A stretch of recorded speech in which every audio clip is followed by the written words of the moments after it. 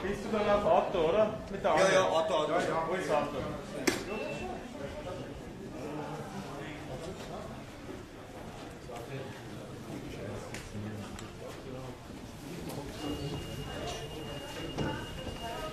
Nur digitales Signal, SALA.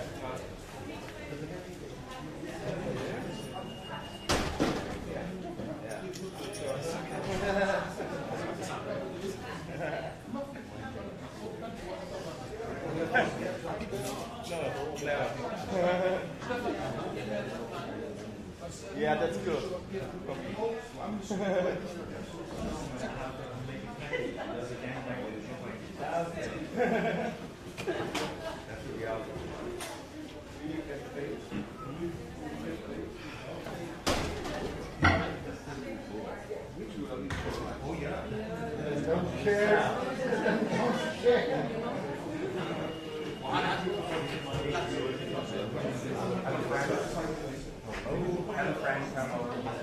Can you draw this bit back because I have the camera on the and also this one? In der Location. Super.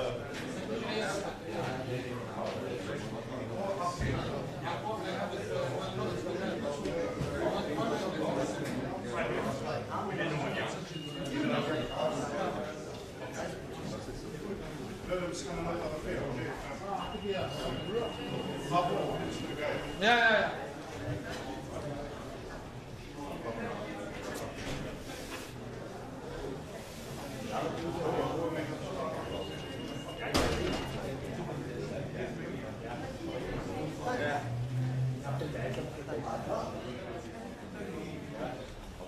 You do it together.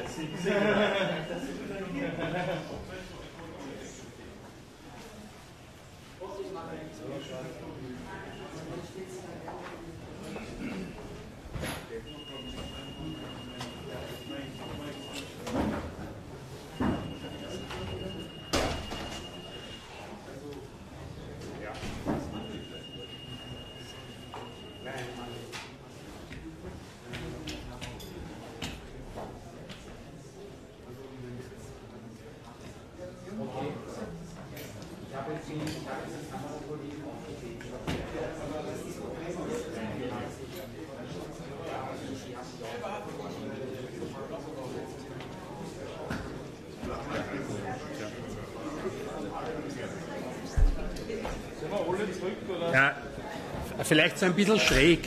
Okay, aber. Sorry? So, is it possible a little bit like this? So nobody is in frame of the other cameras then. Okay. Like that? Yeah, very good. You like it like this? So they are coming here, so.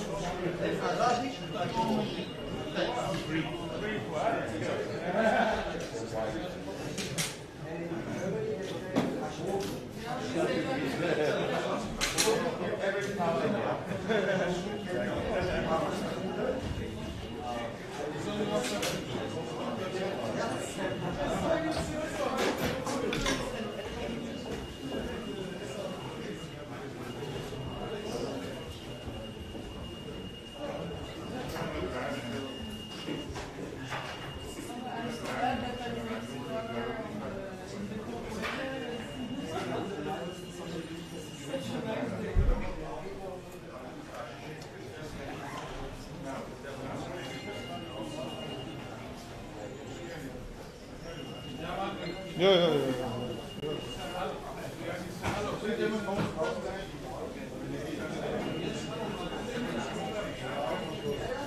Hallo.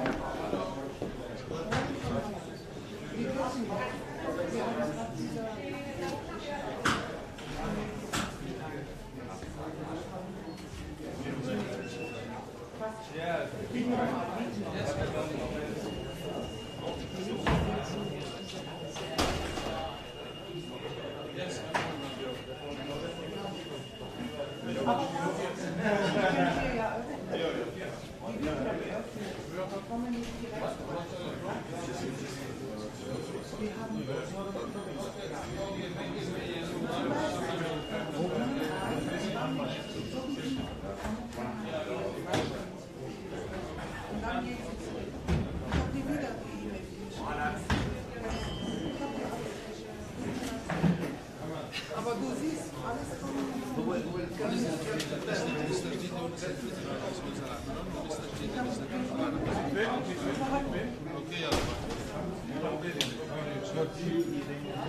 aber du kannst das auch.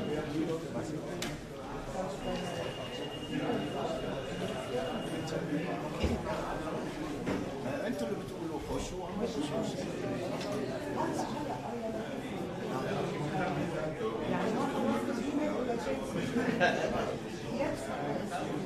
هنفتح الشبيرة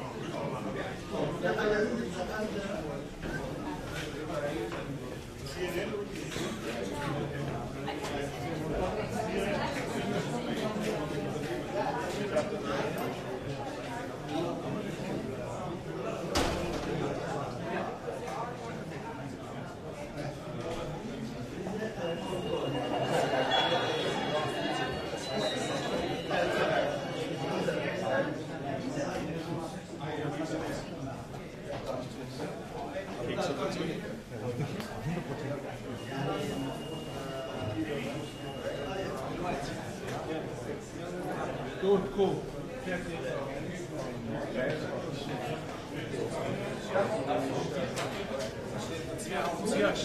Ja, ja.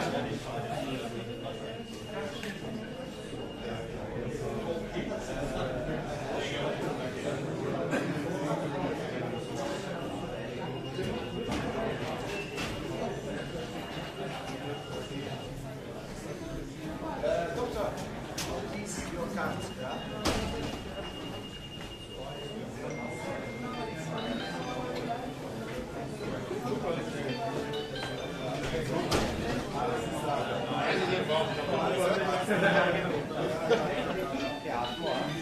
Nein, ist die auch nicht.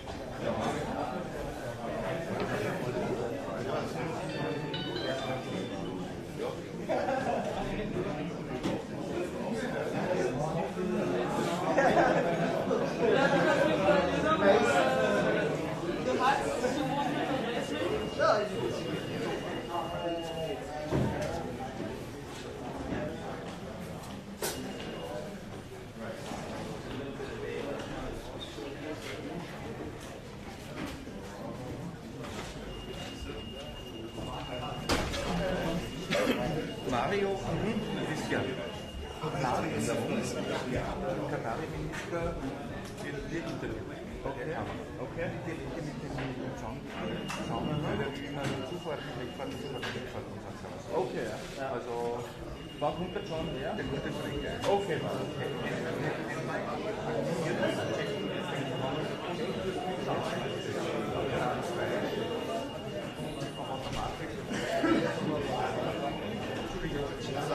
So, das Interview soll jetzt ich hier innen drinnen machen. Ich weiß nicht immer, wo.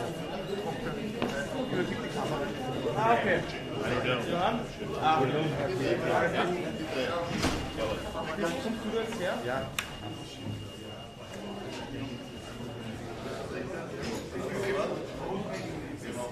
John.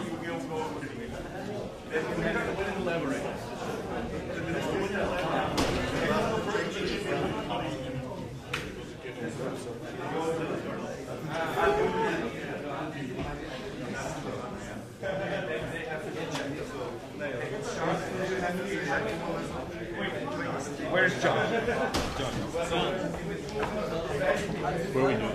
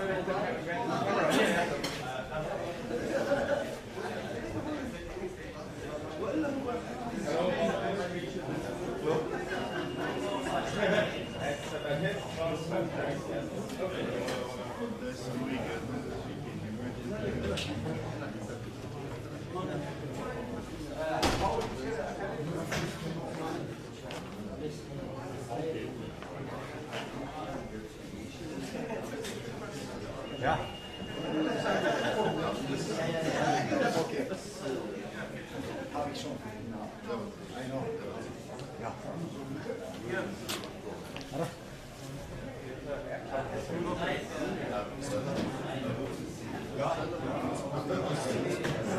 So im Saal ausziehen.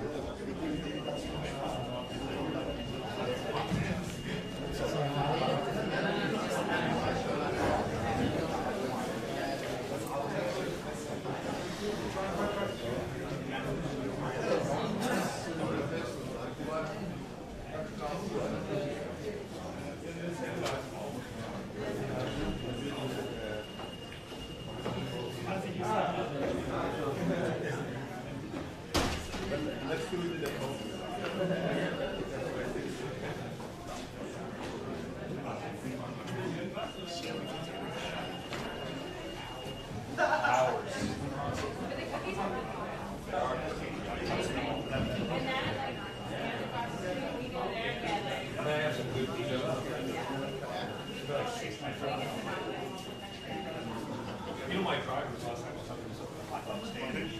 Was im anderen Zimmer zwar 34?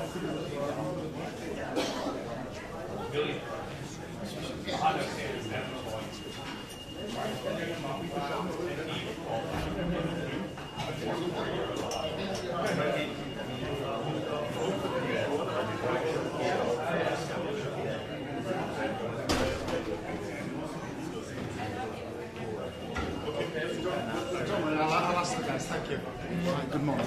How are you? Do you know where the drop off is? Is it the main entrance today? Yeah. So it's the same as normal? Yeah. Okay, thank you.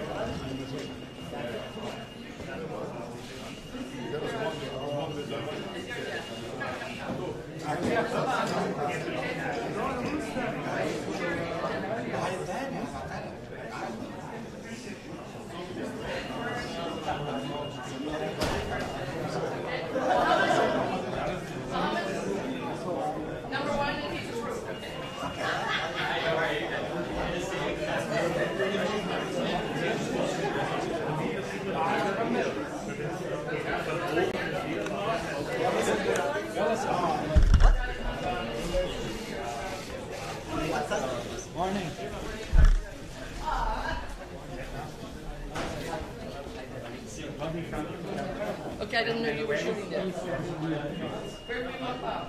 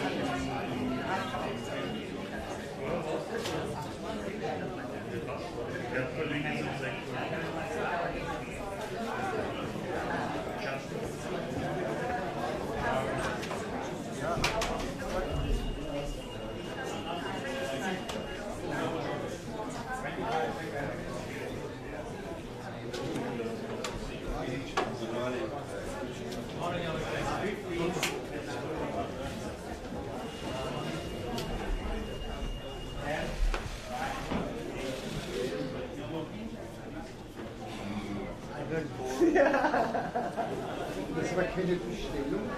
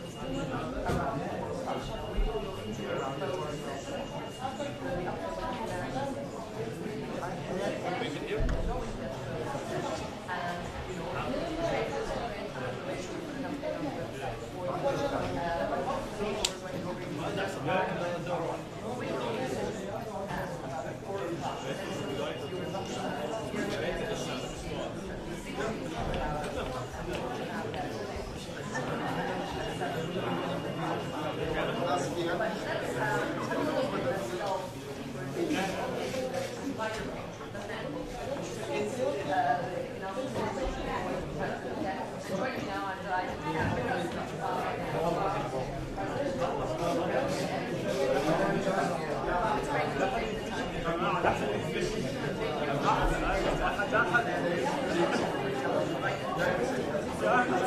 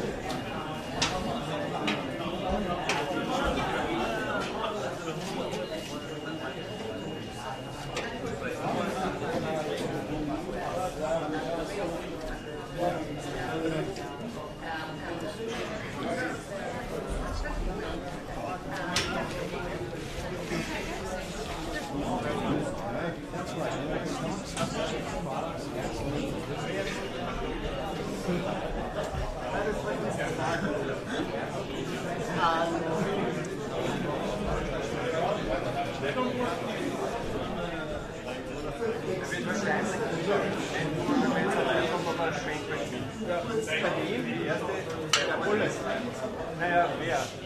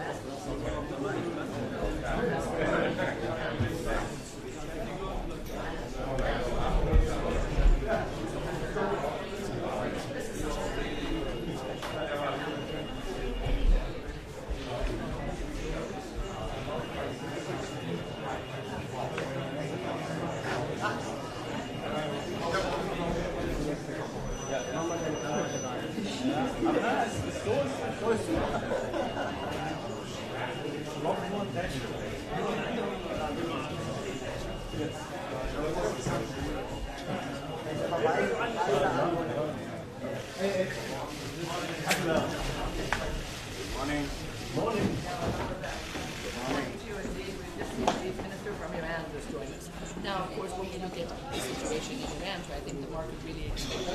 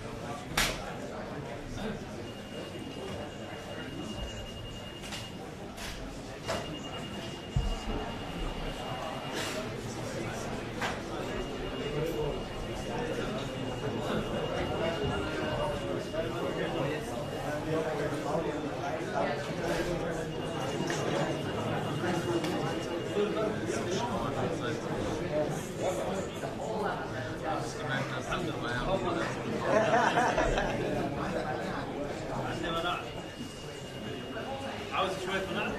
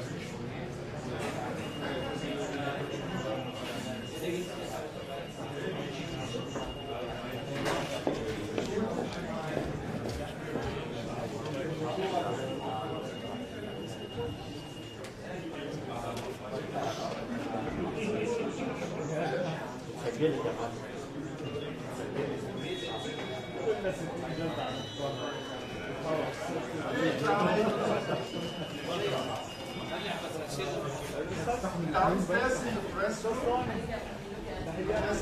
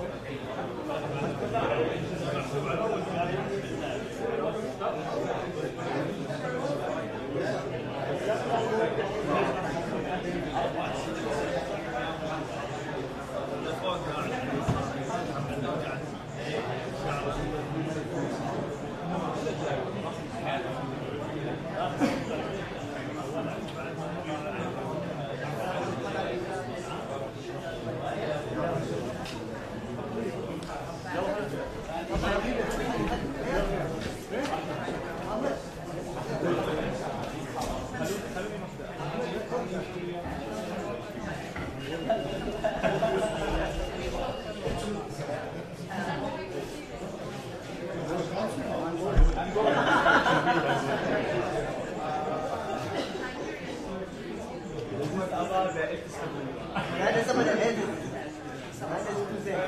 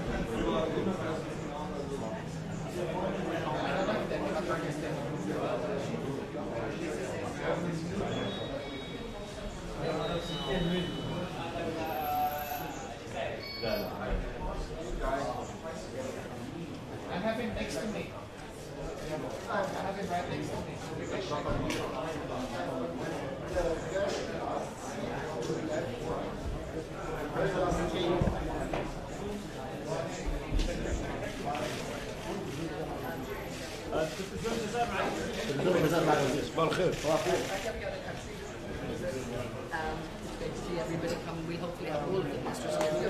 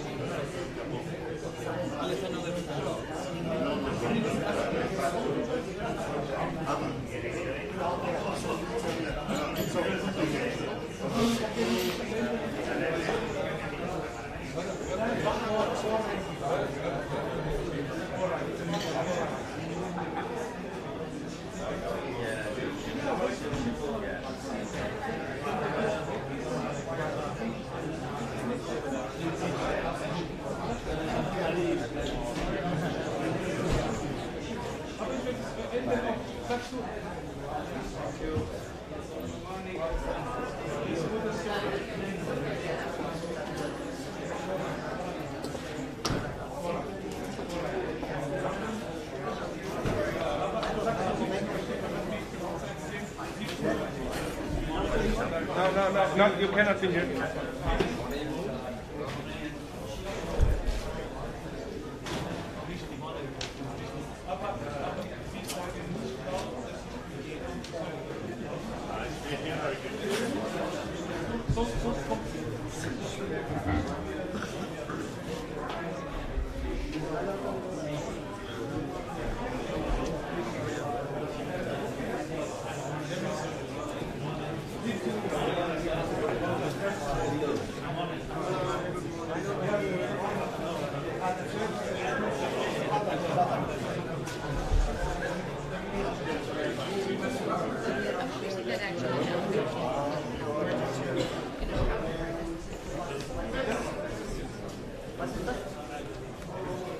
You're already having it.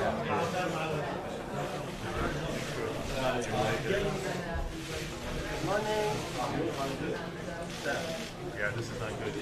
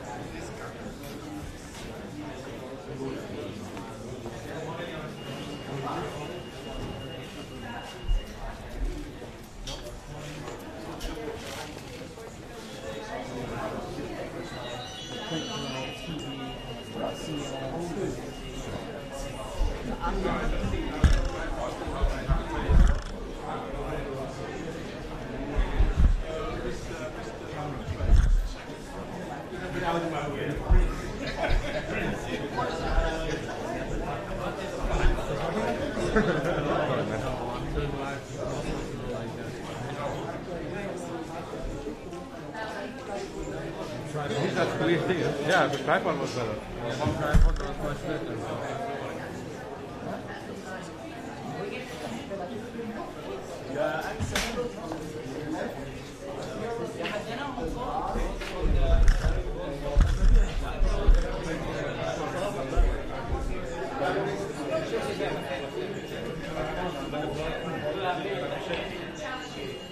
I'm not gonna have a chicken. You can see camera stuff. How did you figure it out? It says camera stuff. Yeah, because it's been like this for about 8 years now. I did it for about 15 years. Yeah, they love the school stuff. Still short about 5.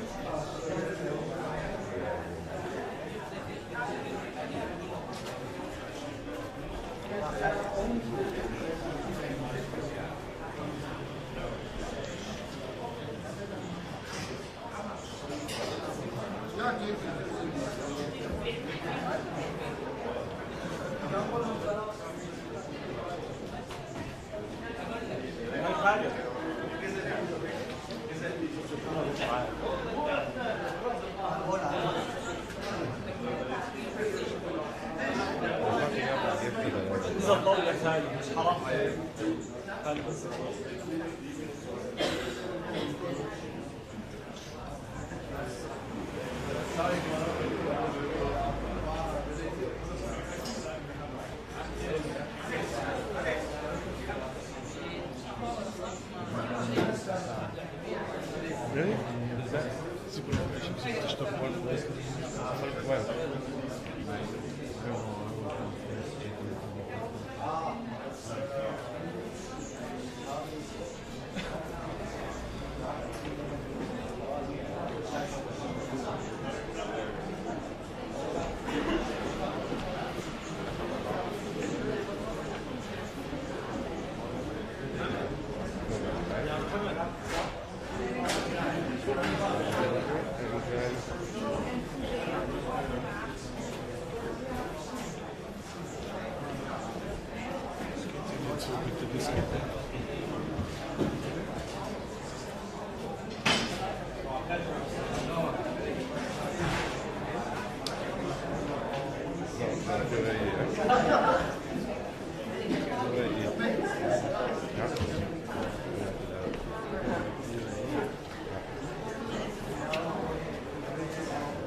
Over, I think. No, nobody. Where did they have? This way.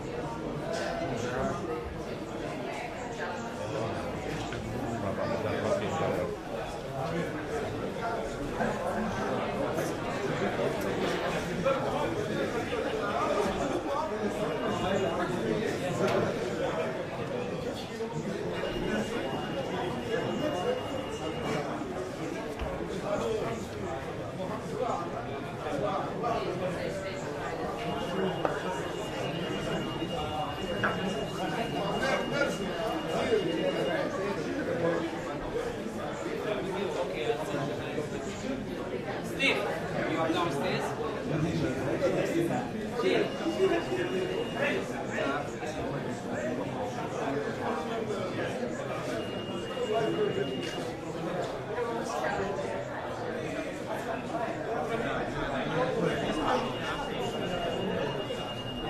У меня там сумка стоит, там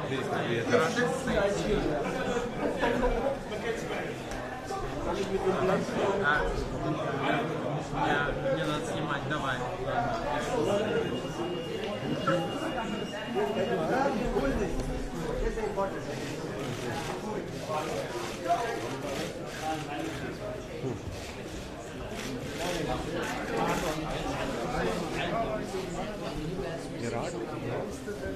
No idea.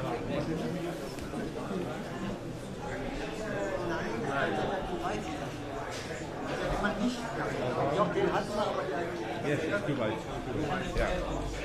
Yeah, I saw him yesterday.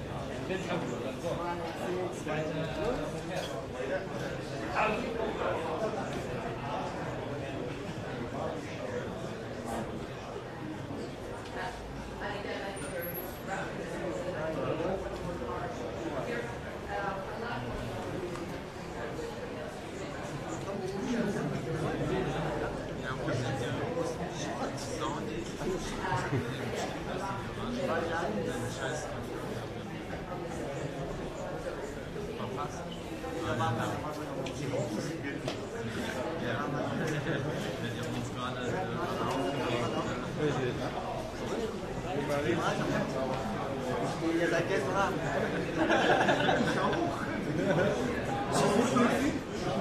Wenn wir alles haben,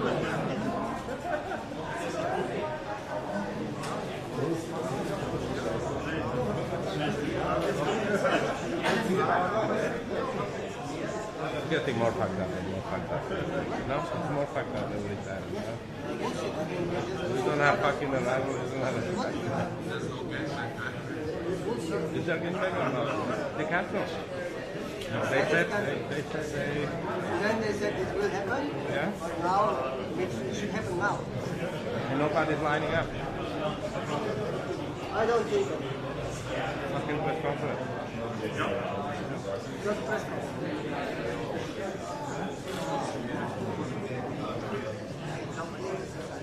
For me, it's good. There is no getting ready. I think it's exaggerated.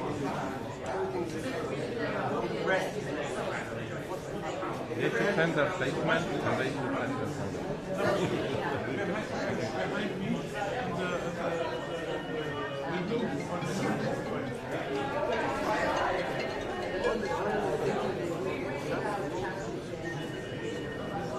Yesterday I was like having this couple with one of the police from Russia, you know, this one guy.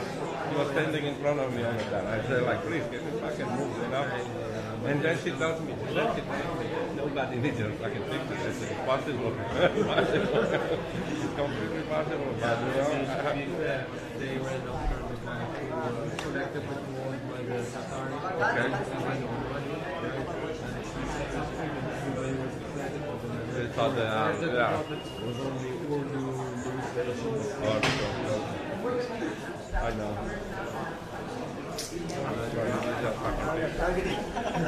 Das Katar.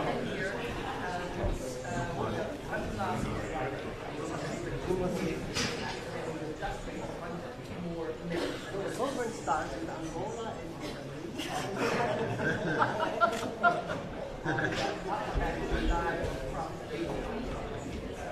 What happened? The door closed. They closed the door. They couldn't get in. That was the good one.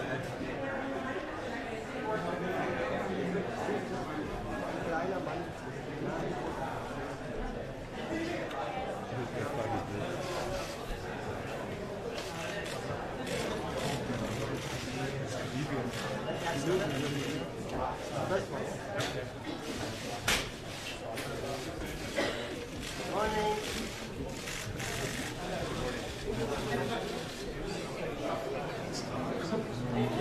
Is it Libyan? I am. Is it Libyan? Beautiful. Libya. No Saudi. No Saudi man. No Saudi. No Russian.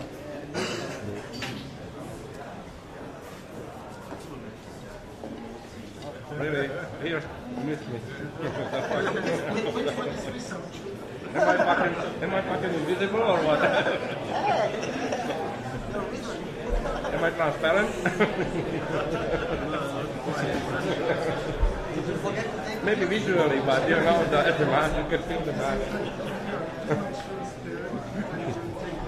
And I'm so sorry. Alex behind you, you know. Don't bend down.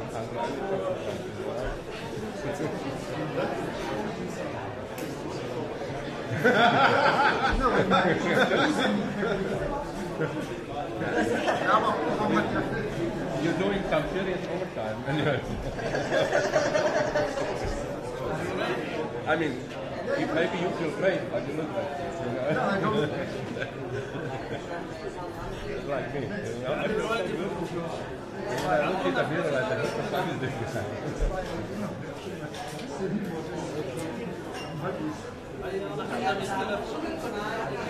Don't be so.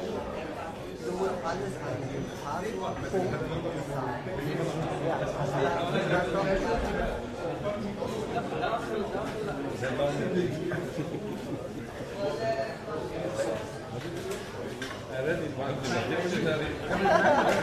I have a basic error.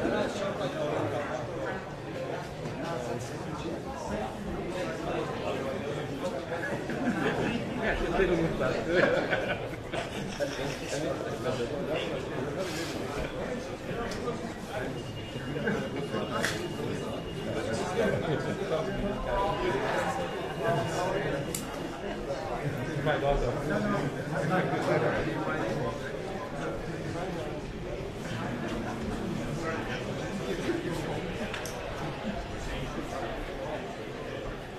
Ja.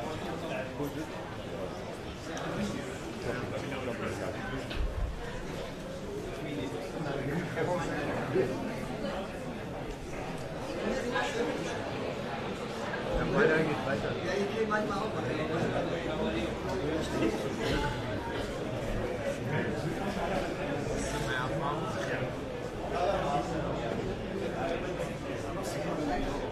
Really, they captured the thing? Are we going up, no? Yeah. I'm not worried about that. But they're not lining up. Can you check who is the producer here?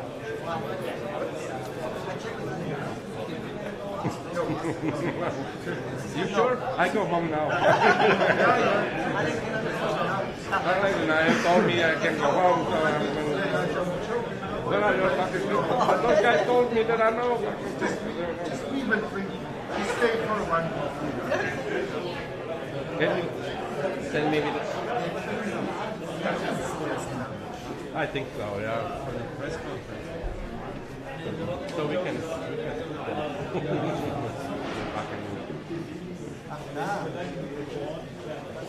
So we can take all the spots.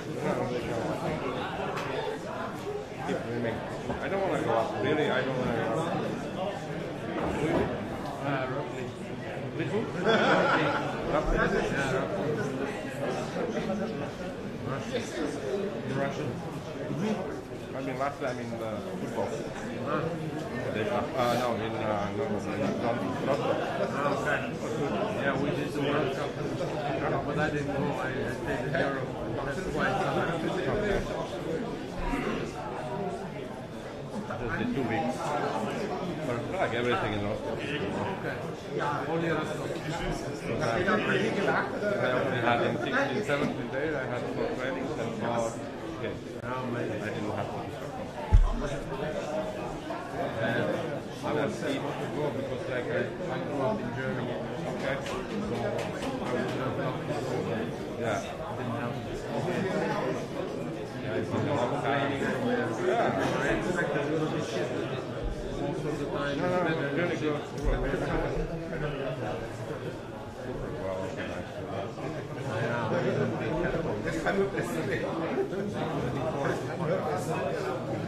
No. Again, some drugs would have killed someone with a snowplow, and even Then.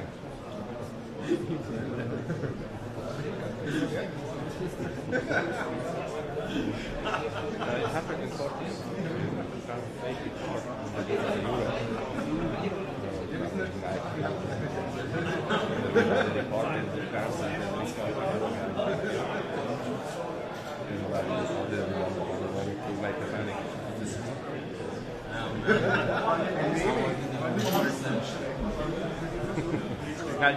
2004. Sorry. Like, weird thing I saw was on the gate with this guy killed.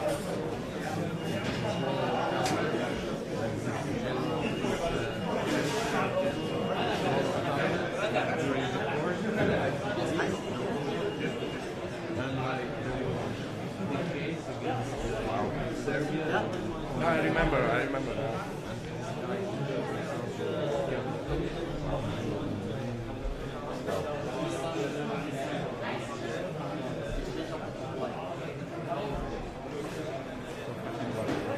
Fucking come on. They changed to what? They changed to 11 o'clock. They changed to 11. Like yesterday, they fucked us up with 1 o'clock here. Where were you yesterday? Where were you yesterday? I was here at 11. But did you go inside? No. You were waiting for the departure.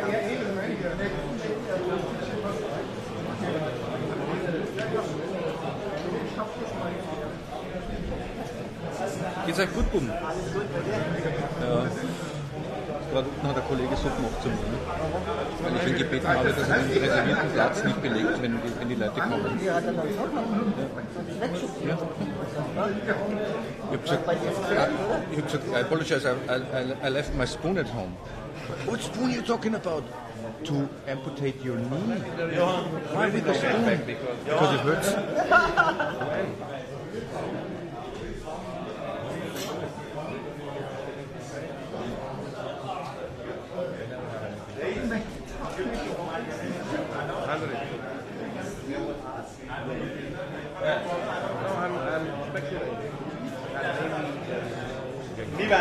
I'm hoping.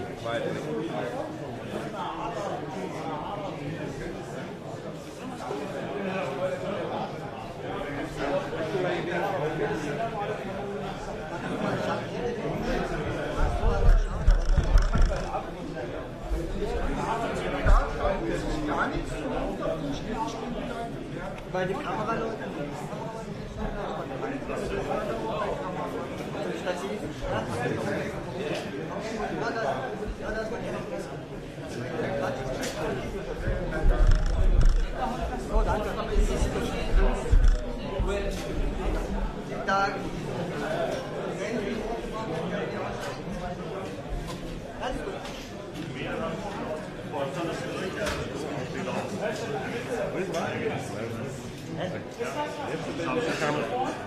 Did he come yesterday here? I didn't take him. I was 1, 2, 3. See your colleagues. Yeah, I know. I'm mistake. I didn't go there.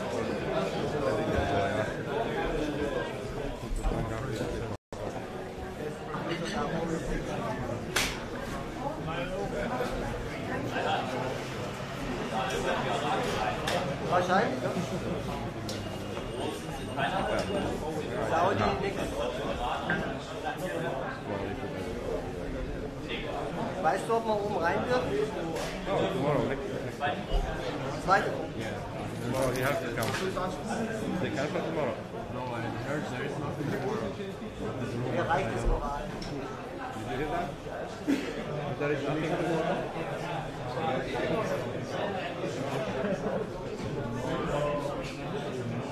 Tomorrow never comes. No, that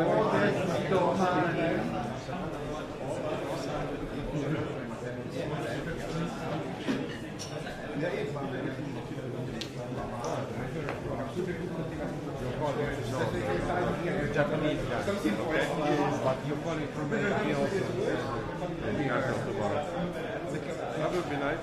Yeah, I'm really happy about it.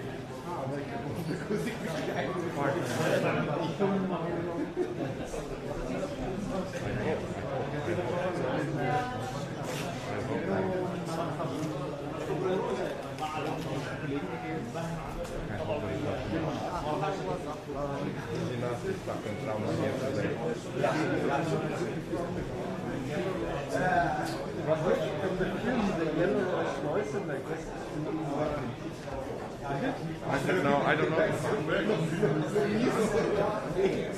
I'm not that old.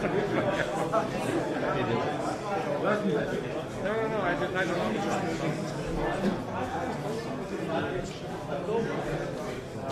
Laughing job.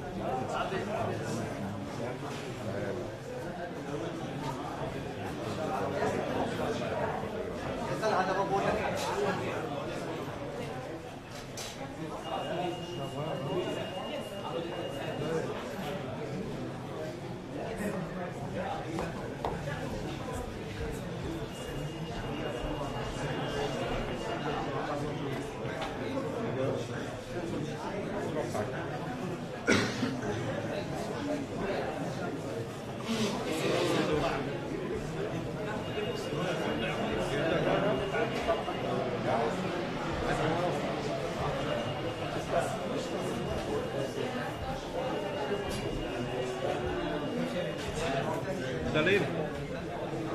Dalin. Dalin. Dalin.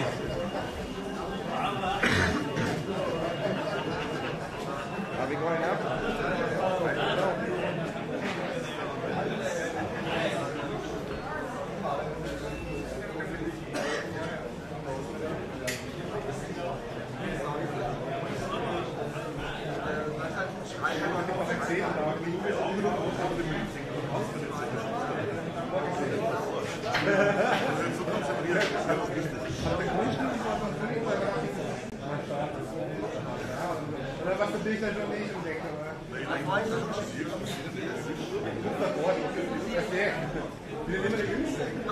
Nimm immer das Schnellste.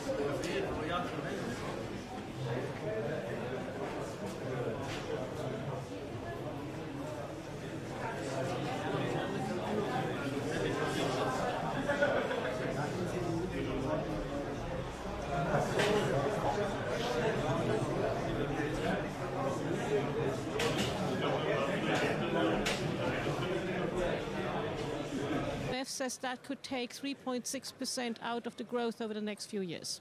And again, it just adds more to the uncertainty as well. There was a lot of dependence on the state of the emerging markets over the last few years when it came to demand as well. And again, seeing a little bit of a slowdown there. Some of them have done incredibly well, but again, not all created equal. And not all created equal. And when you really look at where the growth is coming from, it is India, it is China. India is very big because China has grown a lot already. India is sort of catching up. It's also Southeast Asia. And then let's not forget, later on down the line, there will be Africa. So yes, the emerging markets is really where there's headroom for growth because you have hundreds and hundreds of millions of people that you want to lift out of poverty. And how are you lifting them out of poverty? By creating jobs. What do you need to create jobs? Energy. Again, yes, for the manufacturing, for all of that too. When we look again, sort of on a global basis too, it's about oil, it's about gas, it's about renewables. The whole diversification of energy is really moving.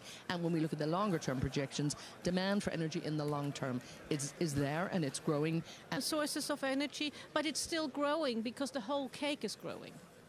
When we look at that growth again as well, we look at sort of region by region, look at Africa and look at the sort of growth that has to come from Africa, and indeed the produce it in Africa. And we're seeing more producers, and we're also seeing more producers coming into OPEC as well. We just saw the minister from Congo earlier. The growth in Africa is, perhaps it's been slower than it should have been over the years, and I think it's a story that's coming up. But I think there's all eyes are still on the potential for Africa. Oh, absolutely, all eyes on the potential for Africa. And look, we have a growing population. And I would also say you have a growing population in the Middle East. And we have seen quite a bit of demand growth in the Middle East as well. And so in terms of demand, there's growth in Africa, there's growth in the Middle East, there's growth in other emerging markets. There's also growth in terms of supply in Africa. As you just said, last meeting, the Democratic Republic of Congo became a member of the OPEC family. So yes, there's big potential there. When we look at consumers and we look at the OPEC, almost the mantra, so to speak, it's about balancing the market. It's about making sure that there's a fair price, that the consumers are happy with, that producers can invest, and really it's trying to find that balance. But the consumers, I think, are very much part of the conversation at OPEC, and there's always concern, I think, out there for the consumers. Would you agree? Oh, there's absolutely concern for the consumers because, if the price gets too high, you have this thing called demand substitution, and nobody wants to see that. And when you talk to the oil company CEOs, like Bob Dudley of BP, for instance, he tells you, I want oil to, like Mr. Al-Faleh says, we want to balance the market. I want it to trade in a predictable range because these people have to make investment decisions. And let's not forget, between 2014 and 2016, when we had the ultra-low oil prices, the international oil companies took out about $1 trillion of investment, which they cancelled or postponed. So yes, the producers and the consumers need that range. Also, the consumers need the range. If I run an airline, I can't have my fuel cost go from 30% to 70% of operating costs within a few months. You need that predictability. And indeed, that's something I think the market has always needed and perhaps haven't got as quickly or as often as it wants. Cornelia Meyer, thank you so much for taking the time to join us. And thanks for your insight on what's going on. Thank you so much. Thank you very much indeed, Edna. Always a pleasure to be with you. And there we had Cornelia Meyer from MRL Corporation, and really bringing us Cornelia, former economist, too, looking at what's going on in the state of global economic growth. One of the key things, a lot of things on the agenda here today, of course.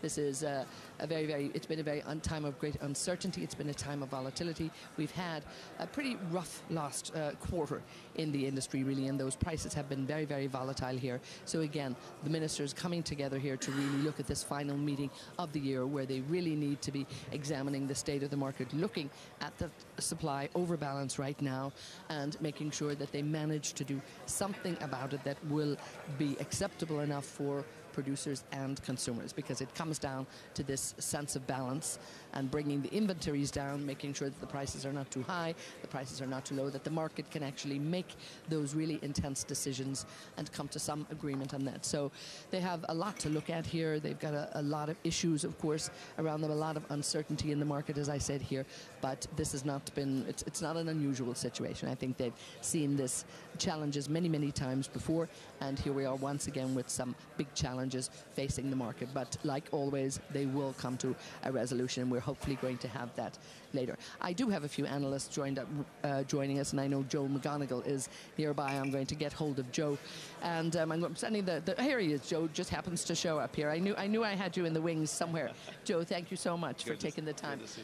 Joe McGonigal here from. Thank you so much for taking the time to be with us.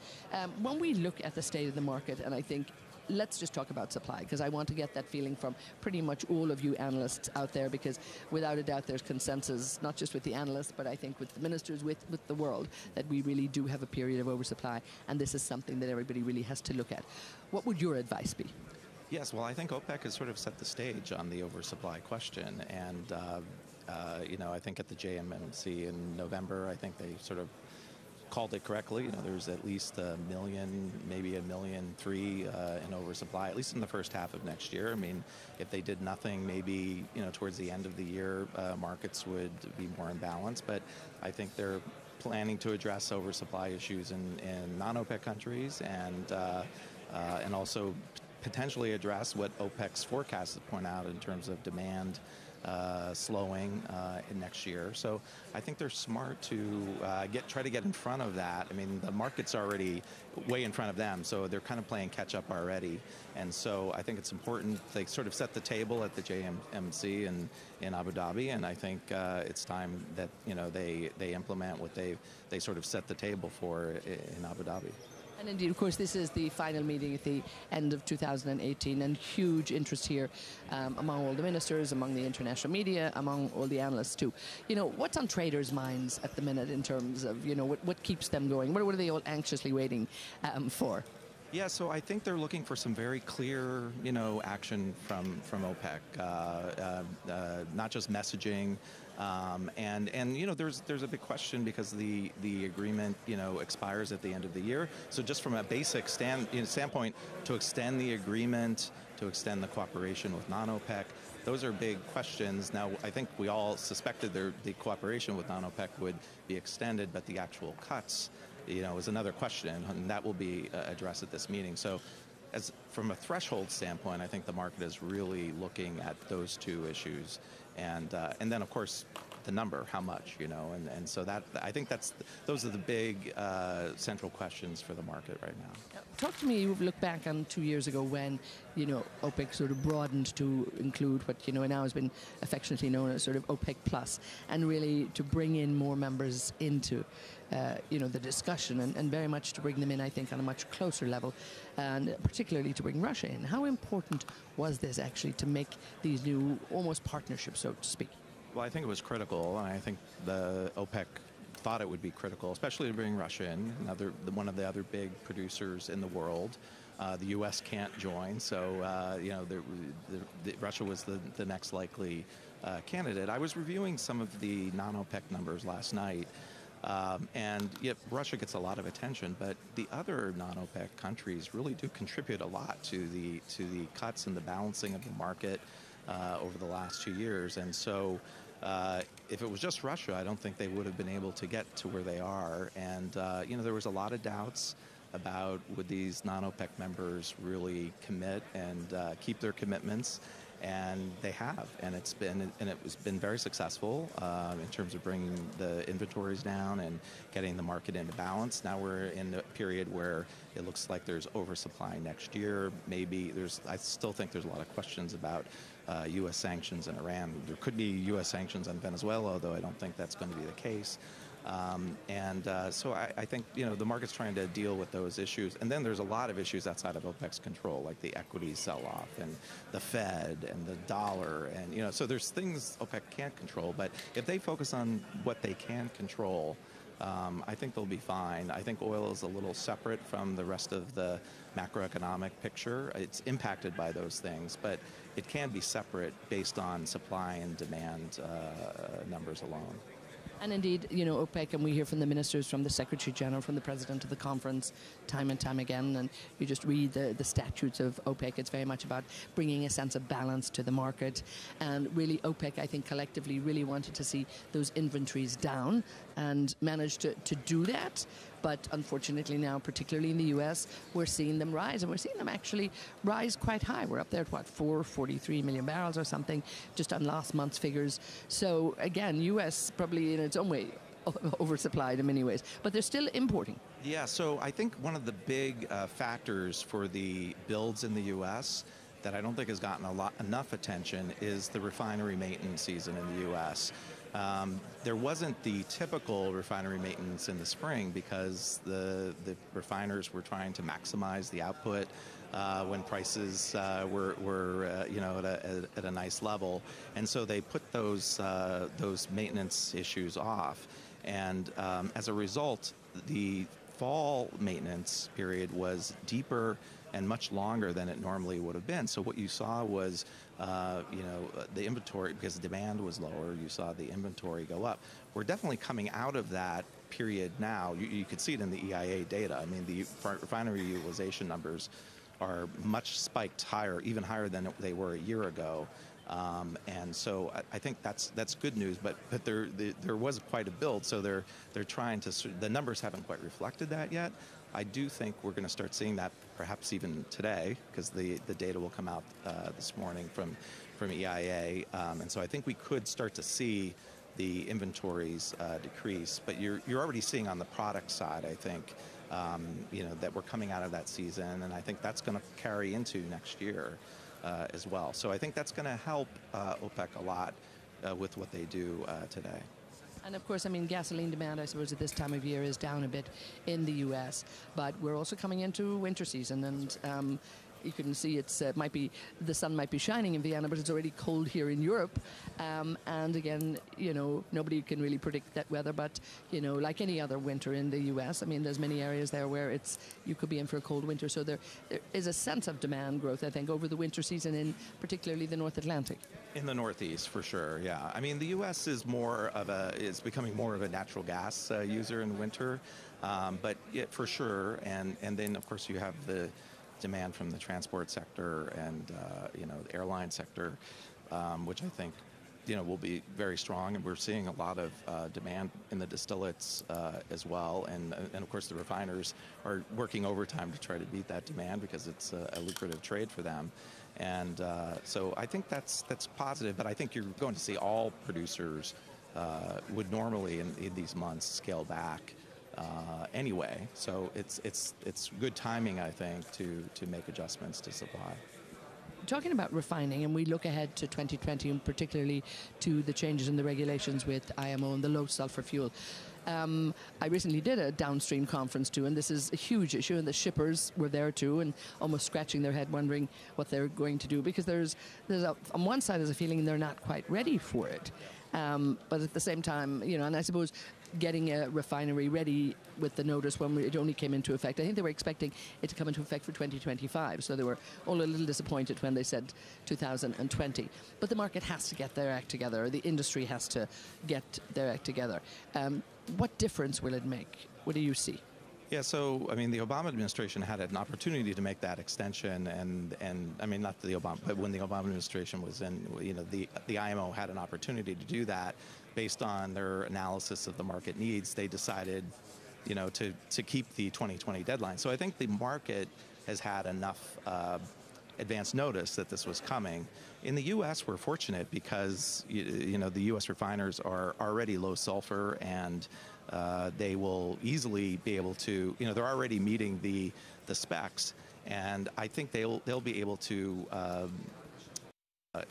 provide a lot of this low sulfur fuel. So from a U.S. standpoint, for U.S. refiners, it's a great business opportunity because they're already ready for it. And there's European refiners, I think, are ready. The question is, where's China? Where are some of the other developing country refiners? And I think there is some question about whether they're ready or not. I am not convinced, though, that there's going to be some huge impact in prices. I know that I may be in the minority here in terms of my analyst brethren, but I think that you don't really see any kind of dramatic rise in the futures. So I think if it's going to be some cataclysmic event for prices, it would definitely show up. Now, obviously, they're not always a good indicator, but I think if it was going to be a huge issue, we would see it in the futures data, and we're not seeing it. So I think maybe it won't be as rough a ride as people are predicting, but we'll have to wait and see. I mean, I think 2019 will tell us a lot in terms of, are we ready in terms of distillates and fuel oil supplies? Again, I think, as you say too, it is a business opportunity that the industry should be looking at. And it's something new, I guess, that's happened in the refining industry. That, I think, in the growth in the petrochemicals. I think we look, and I particularly in the Middle East and Asia conferences I attend, we're definitely seeing and hearing some huge integrated petrochemical complexes, refining and petrochemical complexes been built, and the crude to chemicals, I think, is heading. It's almost like the downstream, the poor relation is coming up to the mainstream, so to speak. Yeah, of course, that's the huge demand region for petrochemicals as well. But there is a rub in the U.S. I mean, yes, it's great for U.S. refiners, but the question is, what will it mean for consumers in terms of prices at the pump? That's the U.S. political imperative. Even though we're a big producer state now, there's a lot of still a lot of concern, and politicians still think in terms of before the U.S. became a huge producer. So they haven't quite made the jump, as we're seeing maybe with the president's tweets.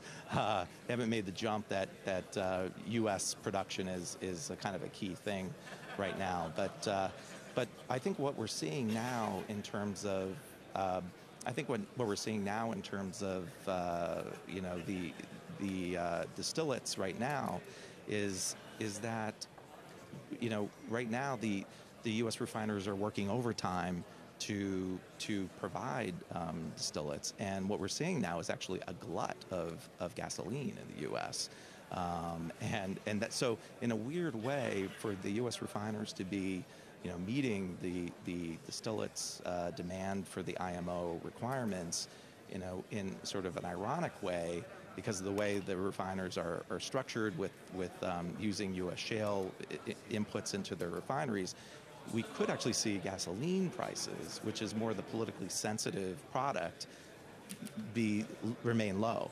The real question is what happens in distillates and diesel in terms of the agriculture sector, shipping sector, and the business sector in general, and what does the administration and politicians in the U.S. hear from those sectors. And so I think that'll be the key question. But I think in terms of consumers, the price at the pump in the U.S., I think we may be surprised that prices are quite moderated, because they're making a lot of gasoline, and we're kind of seeing it now in order to meet today's distillates demand, sort of a preview of what we might see for IMO. Super. Well, thank you so much for giving us that insight too. We really have to be looking at the wider picture when it comes, I think, to the energy sector at all times. So I really appreciate your time. Thank you so much, Joe. I'll be with you. Thanks. So there we had Joe McGonigal too, and really just bringing us, taking us perhaps a little wider picture here. We do obviously have to, wait and see what happens when the ministers come, and we're still waiting for a few of the ministers to show up. A lot of them in place at the moment here, but as you can imagine, a lot of issues on the agenda here, and tomorrow we will have the OPEC and the non-OPEC meeting as well. So there's a lot of things happening around this meeting. They had the big Joint Ministerial Monitoring Committee meeting yesterday, so a lot of the ministers already in town for that. The key meeting, of course, the 175th meeting of the conference, going to happen any minute now, but it's about making sure that all the ministers are in place, and a lot of bilaterals that have been going on, a lot on the agenda, a lot on the table, whereby all of the ministers really have to spend more time together, have a look at what's going on, and make sure that they come to this meeting with a sense of unity, because ultimately all of the decisions that come out of the OPEC meeting will be, bilateral, or forgive me, there will be decisions based on unity here, whereby, there's a consensus, and this is really what we're going to see here. So a lot of discussions probably still going on this morning as we wait here to make sure that all of the ministers are in place. And again, just to bring you up to date, we are obviously running a little bit behind time now. It is 11:15 here in Vienna, but we want to make sure everything is in place, all the ministers are here, and then we will have to wait a little while the international journalists come and get an opportunity to come and talk to the ministers. And then when that concludes, we'll get the opening communique with you. We will bring you that live. Then the ministers will go into a closed session. We'll come back, throughout the day and make sure that we can try and talk to you as much as we can to. And if there are any changes, right now the scheduled press conference is going to be 1600 hours CET. So this is Central European time in Vienna, 1600 hours. That's what we expect.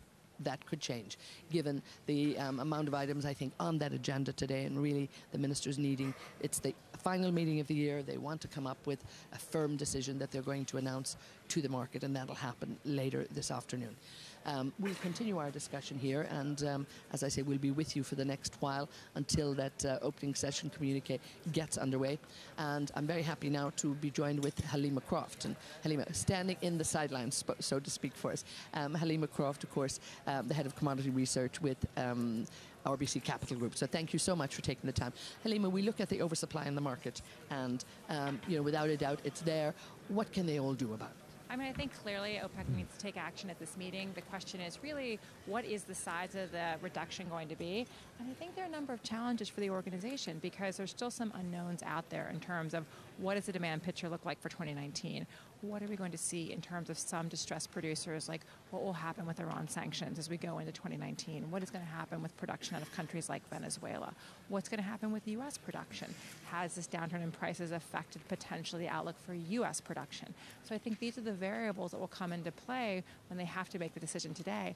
And then you have a U.S. administration that has a very and I think they're concerned about consumers. We see what's going on in France. We've had, an appeal from the Indian minister time and time again. So consumers are at the very heart of what OPEC's doing. But this is a really interesting dilemma because the question is, yes, they want to make sure they have a price that works for consumers and for producers.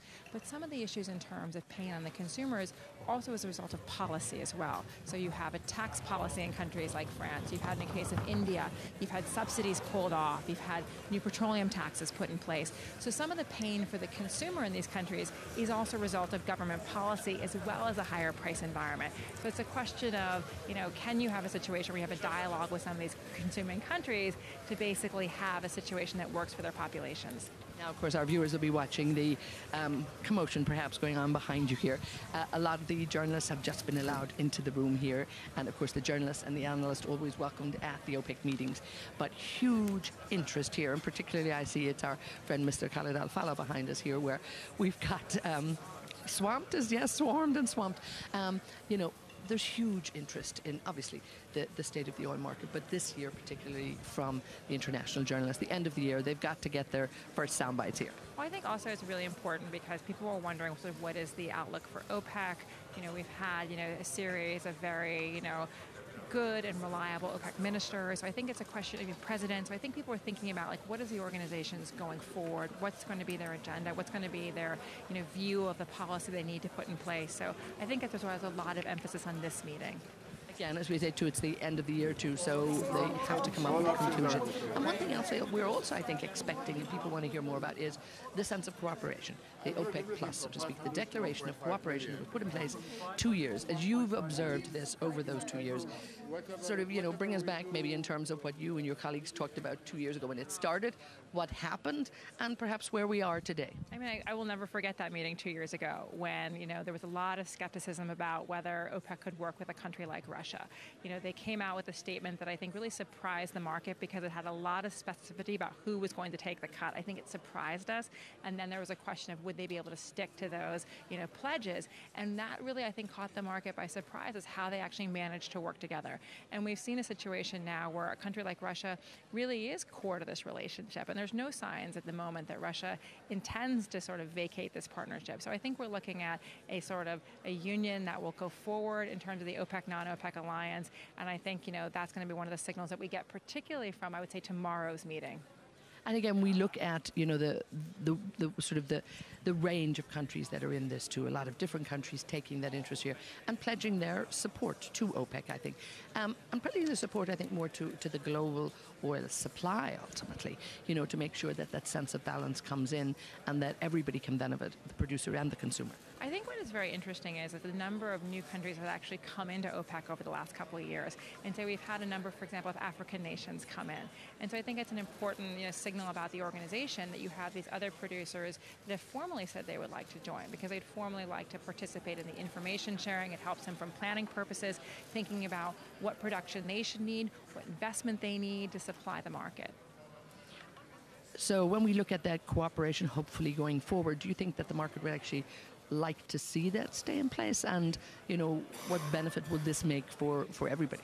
I mean, I think this sort of broader OPEC plus tent does provide a sense of stability. I mean, one of the big roles that OPEC plays, and Bob McNally has talked about this a lot, is the need for the regulator. And so I think this is where the closest thing we have still to like a central bank for oil, and that's why people watch statements by His Excellency Khalid al-Falih so closely, because he really is our sort of central banker of oil.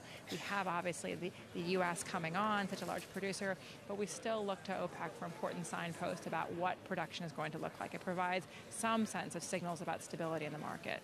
Now, looking at economic growth and looking at it globally, we're seeing a softening in many economies too. How will this impact? Because obviously lower economic growth is going to mean lower demand for oil, but IEA, OPEC, everybody has revised their forecast down, but we're still seeing growth. Oh, we're absolutely still seeing growth. I mean, for example, in the research we've done, we've actually seen, in China, very strong growth in the transportation sector for oil. And so we don't have this broad-based, well, it's softening. It's in no way a collapse in demand. And so again, I think that's what's very important when OPEC thinks about how they calibrate their policy, is that if you just look at all the sort of media reports, you would think that demand was collapsing. It is softening a bit, but not collapsing.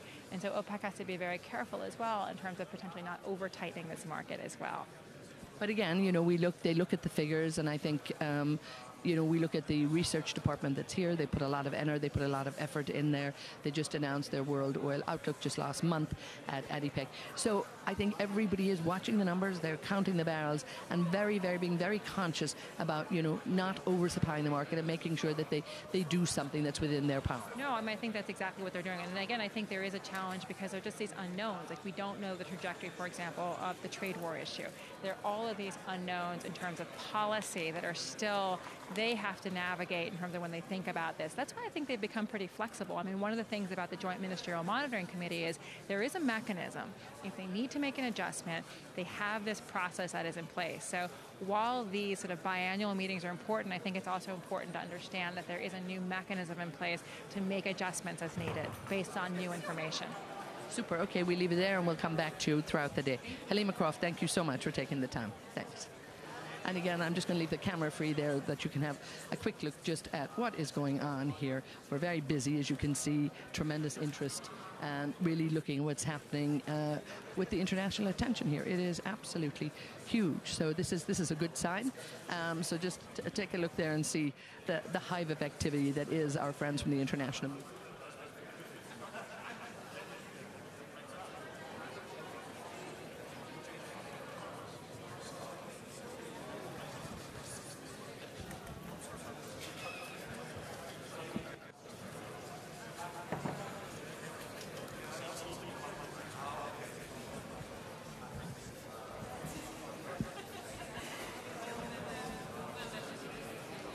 And so there we are. You can just see the tremendous activity that's going on here. As I said, I want you to have a quick look at that. There's still some of our analyst colleagues that we're going to talk to here. But we are here now in the main conference room, and all of the ministers are in place. The big interest, of course, is, what's going on with the Saudi minister. Like you can just see here behind me, of course, a lot of interest there from all of the international journalists. There always is, of course. When it comes to the OPEC players here, obviously Saudi Arabia has always been the biggest producer.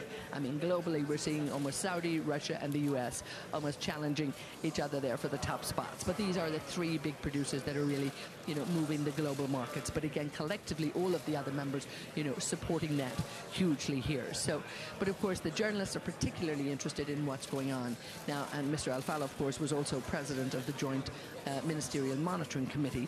So there's almost double interest there in kind of every word he says, and people really want to try and get hold of him. It's almost a spectator sport sometimes when we watch at the tremendous interest from the international journalists. It's absolutely vital that they come and get this. And I suppose it's an older tradition. I mean, what else to do? I don't know if they'd be happy in a more sort of formal setup whereby they could maybe have a press conference at the beginning, in the end. But it's part, I suppose, of what happens here. And I think as a former journalist myself, we've all done it. And we all know what it's like to get down on the bottom of that scrum, so to speak. The funny thing is, I suppose you get your story if you're the first in, but trying to move with that story then is a little bit challenging because there's almost a layer upon layer of journalists, as you can just see, in terms of making sure they get those essential sound bites. And very important, I suppose, to, that they get those by sites to help move the market, any little bit of information that they can get in advance, obviously. And as the Minister has said, over the last few weeks too, there is a consensus without a doubt that, the supply is there's more supply than is needed on the market, and they're going to do what they feel is prudent, what they feel is necessary. But that will come after the closed meeting and after many hours of consultation. So as soon as all of the ministers have a word with the media, and all of the media come here and they actually give them the time, which they've always done.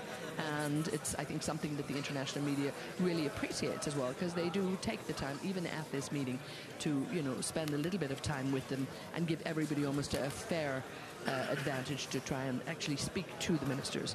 So as soon as all of that is over, they'll go into a closed session, and then we're hoping today at about 4 o'clock Central European time that they will actually come up with that decision. But there's obviously, as you can imagine, a lot of bilateral meetings that have been going on, and yesterday was the joint ministerial meeting. So again, the groundwork, I think, has been laid.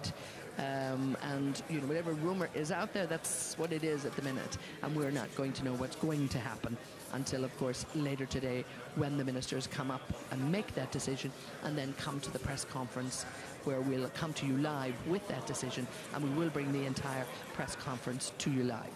So I'm just looking around to see how many more of our analysts are here, and some of them in the room at the moment, some of them not. But let's just take a quick look, and I'll come back to you with one of our analyst colleagues in just a minute.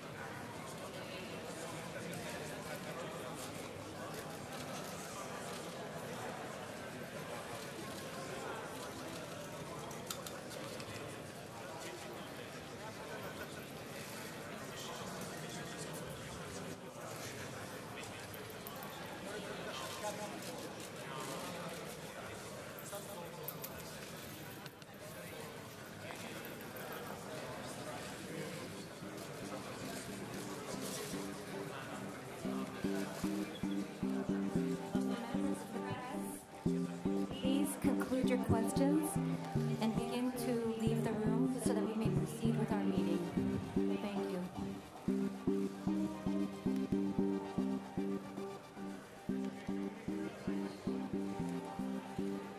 Well, pricing for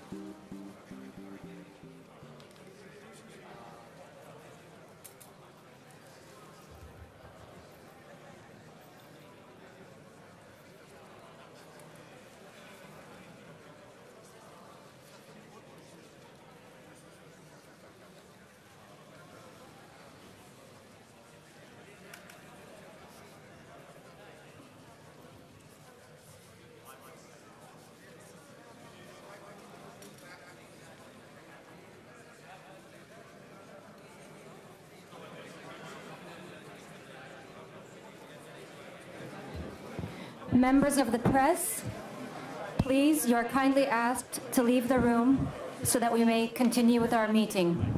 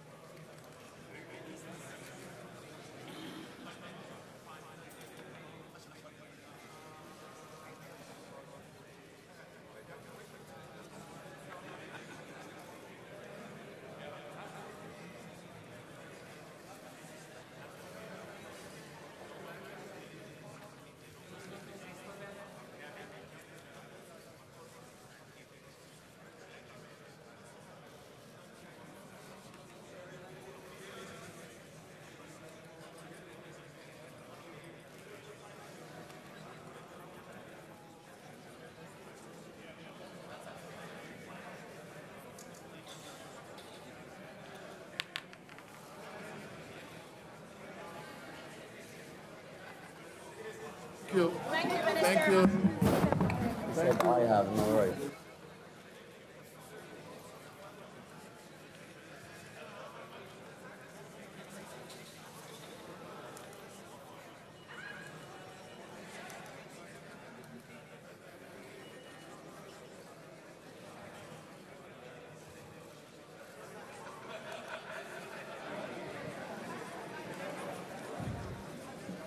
Members of the press, you're kindly requested to exit the room so that we may begin with our meeting. Thank you for your cooperation. Saudi minister. I think at this point we're all being called to attention. Some of the analysts will probably still come and join us here. But members of the press, interest here, without a doubt. Please, you're asked to leave the room. We're just going to so continue our conversation with Bob McNally, who talked to us earlier on. Bob, thanks for coming back up here. So, Bob, we had discussed the economy, looking downstairs, and we discussed that in great detail in terms of expectations. And again, what's going to happen here, it's very important. A lot of attention, obviously, on the Saudis, too, really looking at them. They're the biggest producer here. So, just again, Saudis looking at, really, like everybody else, balancing this market. Absolutely. Saudi Arabia, founding co-founder of OPEC, and the organizer really of all this, and a key partner with Russia and OPEC Plus. It's really to them to sort of shape and shepherd the discussion. They've done that effectively, it seems, so far. We're talking about 1 million, maybe 1.3 million barrel a day cut. It's really largely due, I think, on OPEC's side to the efforts of Minister Al-Faleh. I do know they're calling us to attention, so we're all on standby here at the minute. So stay with us. We will get a message from them at the moment. I'm not sure if we're going to get. I think we're actually. Members of the just press, a minute. Let's just stand by for a minute. We appreciate your cooperation. Now, I'm not sure if they are going to let members of the analyst community come up, because sometimes they do. But let's just give it a moment here and let's Please conclude your questions and leave the room so that we may proceed with our meeting. I think, Bob, we may be short-lived here. We might have to call this one a day, but stay with us for a moment and just let's see what they're doing.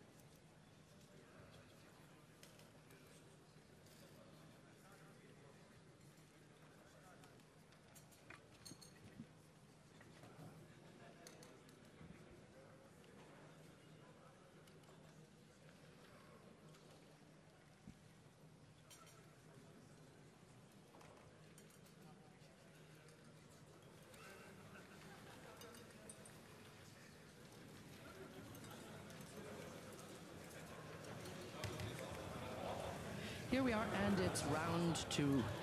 Okay, well, these are our television journalists that are joining us now, so let's stay with it for the moment. As you can see, it's as busy and as popular as it was earlier on, so we're just going to have to give it a few minutes here and just see what's going on here with all of the journalists who are joining us here. Obviously, heightened interest, of course, in this particular meeting here. All of the international journalists staying with us for the duration of the opening session here.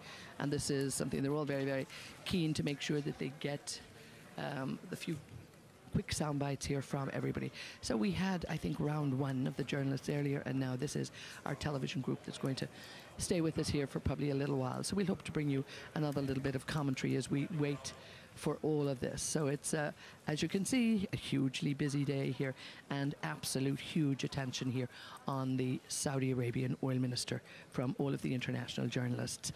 Essential that they get in the last few words there, and without a doubt that is the key interest at this meeting here, what Mr. Al-Fala and what the other colleagues have to say.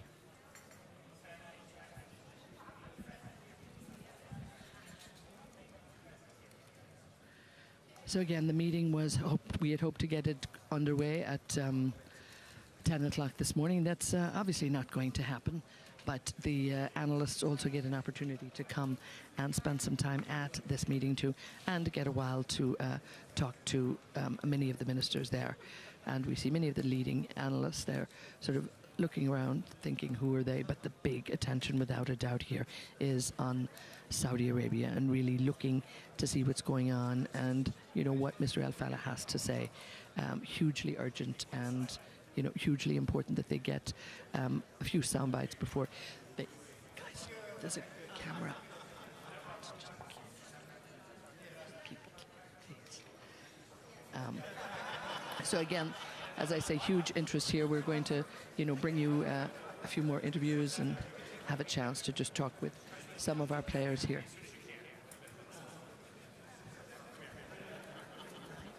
Yes, no?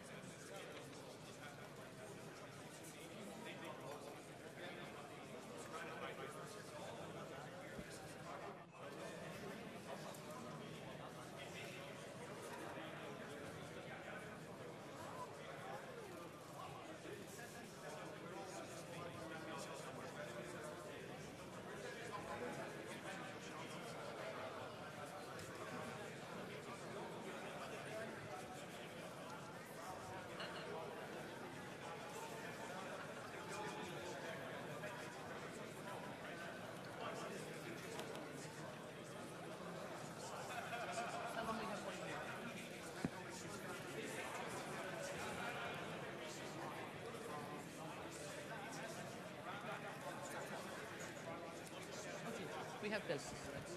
Okay, just give me a minute.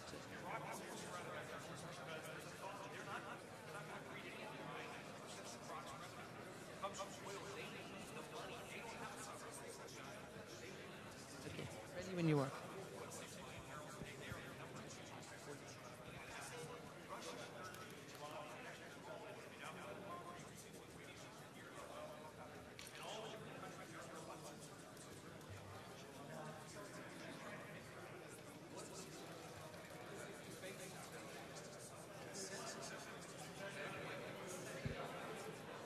Hello there, and we're back with you in the conference room here in advance of the 175th OPEC meeting of the conference. And as you can see, it's still time for the international media.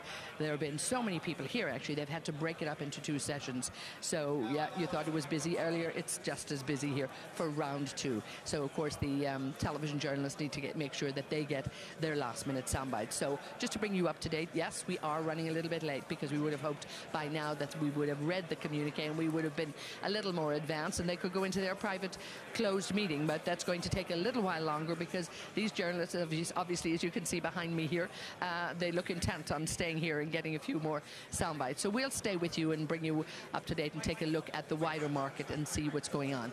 And I'm happy to have another analyst on board here. So Bill Farren-Price, thank you so much for taking the time to join us. Bill, of course, is the director with RS Energy Group. Thank you so much, Bill. Supply and demand, this is what we really have to be looking at, and without a doubt, too much supply on the market. I think everybody knows this.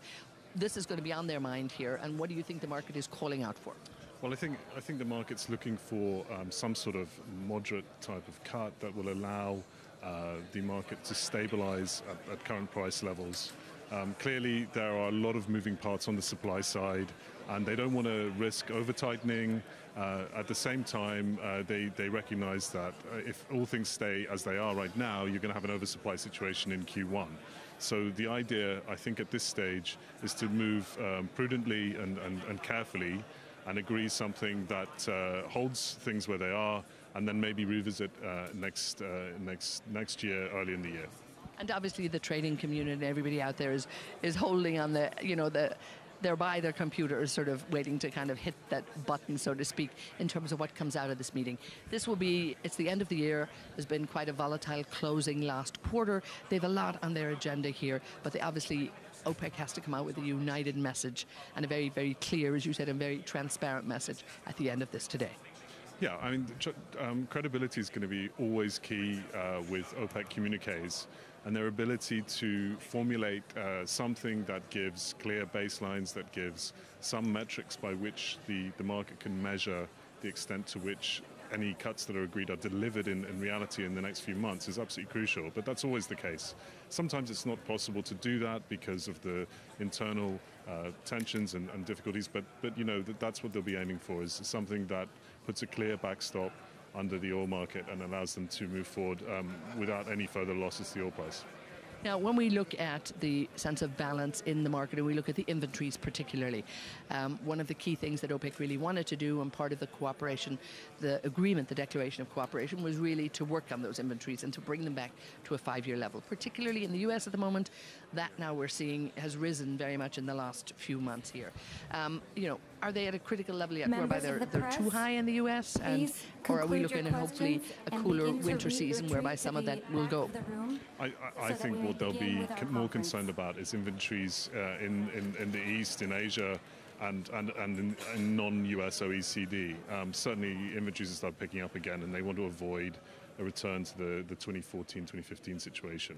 There's no doubt about that. They do not want to repeat that experiment. So they want to move proactively to tamp down any global inventory build. But you know what? The difficulty is that a lot of the inventory build happens in countries where there's less transparency, and so it takes some time to figure out what is actually going on outside the US as well as inside the US. Now, I mean, OPEC has faced challenges in the past, and, it'll face challenges in the future. We've heard this often from the Secretary General, they get through it. And every time, of course, seems like the most important and the most challenging. But the last quarter, I think, has been tough. And they really, what do you think they need to be looking at for 2019? Because looking ahead now to the year to come, what's the most important? Well, global demand, which is a function of global GDP, is the key thing. So that's the first top line that you look at. The other thing that I think that they should be aware of is that OPEC will probably decline in production anyway, regardless of policy actions that they take here. We see considerable risks obviously to Venezuela, which is in long-term decline now. We see potential problems in Nigeria. Libya's had a very good few months, and it's been at a record high. But we can't assume that will continue if recent history is a guide. So, and then of course there's the Iran sanctions. We don't know exactly what the impact of those will be yet. So it's very difficult at this point to have full knowledge of where things are going. But these are some of the things that they should be thinking about, because you do not want to be in a situation where you're over-tightening the market. Yes, indeed, and I think they look at this very carefully, but it's also that big picture, I think, the economic growth, danger of it sort of slowing, but hopefully it's only softening a bit. There's still growth out there. Yeah, absolutely. I mean, there is some downside risk to growth figures, but ultimately what they'll be looking for is somehow to hold on to current oil prices and stabilize. Super. We leave it there. Thank you so much. Really appreciate you coming there. And there we had just a few words from Bill Farren-Price there. Bill, of course, has been looking at this market for a long time. The ministers have spoken with many of the journalists here, and we're going to get this meeting started in just a few minutes, and we're going to bring you that live communique. The journalists have managed to leave the front of the room, but they've now accumulated down at the back of the room. So they are going to be ready to hopefully move out here any minute. It's absolutely essential that the ministers get together and get into the closed session and begin to actually discuss and see what's going on here. So this is absolutely important in terms of, you know, what's happening here. They have a lot on the agenda today. They really need to get down to this meeting here. It could take a while for them today, and again, we're running a little bit behind, but again, we're still hoping for the press conference at about 4 o'clock. That's the scheduled time at the moment, 1600 hours CET, Central European Time, here in Vienna. And once we get that, but of course we've got to get started, of course, before we can bring you the press conference. But that will be at a time when all of the ministers, you know, will have made that decision, and then the president of the conference, the UAE 2018, will come with us, the president also of the Joint Monitoring Ministerial Committee, Mr. Khalid Al-Thala, and also we'll have the Secretary General, of course, and they will come to deliver the press conference, and hopefully we'll get a few words from them as well when they're down there. So we're really standing by here, you know, until they get this meeting started and to get the communique. So a lot on the agenda. They really are going to be looking at the supply, looking at the numbers that are out there. All those barrels have been counted. The Joint Ministerial Monitoring Committee met yesterday, and they would have gone through all of the data, all of the figures, and that is a very, very detailed, high-level meeting whereby they really examine, you know, what has happened in the last month. And that was put in place as part of the Declaration of Cooperation, whereby they monitor the market, I mean, just constantly. So this, in the last 2 years, they've managed to do really, you know, with a lot of care, a lot of detail, a lot of attention, and really looking at all of those figures to make sure that they're, you know, they know the right decision to make, and they know how to judge the market, and they know what move to make next, because ultimately this is about the long-term stability in the oil and gas market, and they want to make sure that they make that right decision to make sure that producers and consumers alike can actually benefit and have it a win-win situation. Ultimately, I think that's always what is on the mind of the ministers here at OPEC, and at this particular 175th OPEC gathering, very, very important, the close of 2018, and really looking at this carefully. Also, of course, at this meeting, Excellencies, ladies and gentlemen, I give the floor now to President of the Conference, His Excellency Minister of Energy and Industry of the United Arab Emirates. Thank you.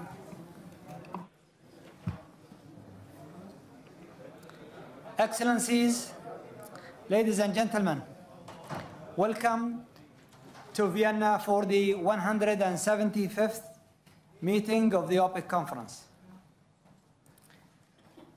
First, I would like to welcome His Excellency Thamer Abbas Ghadban, Iraq new Minister of Oil and the head of its OPEC delegation. His Excellency Thamer Al-Ghadban is a veteran of this industry, and I'm sure his joint will contribute to the organization and to represent Iraq as usual in the best representation.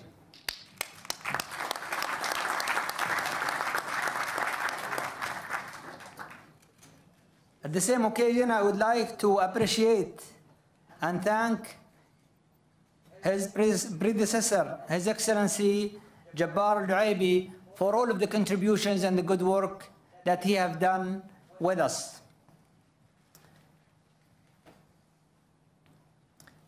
I would like to note to the conference that we have received a letter from the State of Qatar giving notice of its withdrawal from OPEC with an effect of 1st January 2019.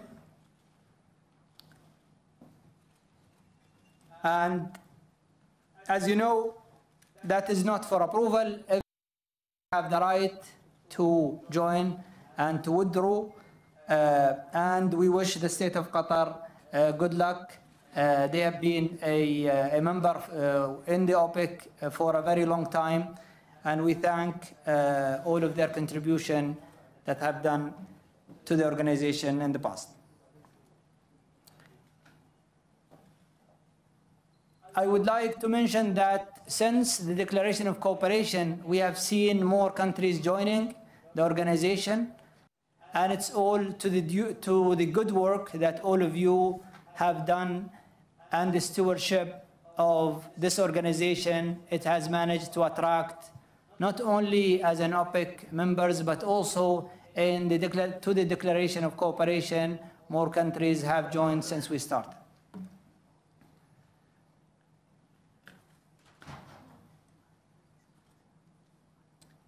We respect, as I said, the decision of the state of Qatar. This is a sovereign decision, and we understand it.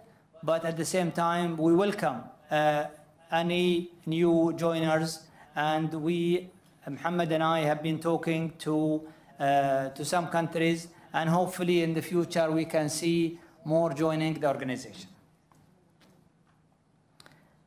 I would like to welcome today as well some of the observers from OFID and some of the non-OPEC who are joining us today as an observers from Bahrain, the Sultanate of Oman, South Africa, and South Sudan.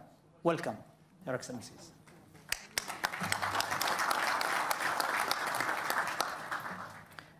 Distinguished guests, looking back on 2018, overall, it has been a very positive year for the industry. Good progress have been made with your efforts to remove the inventory overhang and balance the market. Building on the success of 2017, we all have seen a great collaboration between OPEC and non-OPEC during this year, leading us to a continuation of this efforts, hopefully in 2019 and the years to come. I would like to acknowledge and commend OPEC member countries as well as participating non-OPEC producers for their efforts and hard work during the year of 2018. And especially, I would like to thank both the chair and co-chair of the joint ministerial monitoring committees, His Excellency Khalid Al-Faleh and His Excellency Alexander Novak. Thank you. They have been very instrumental in keeping us together and monitoring the adherence to all of the decisions of the conference. I would like as well to thank the Joint Technical Committee and the OPEC Economic Commission Board and the OPEC Secretariat.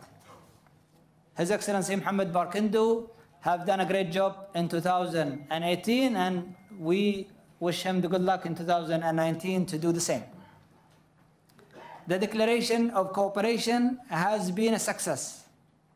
It delivered more optimism to the market and confidence in our industry.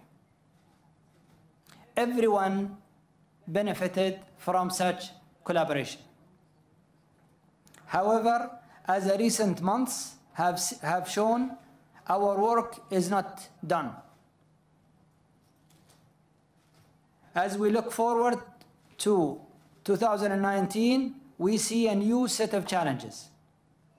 This includes a potential slowdown in demand and a higher contribution of non-OPEC supply.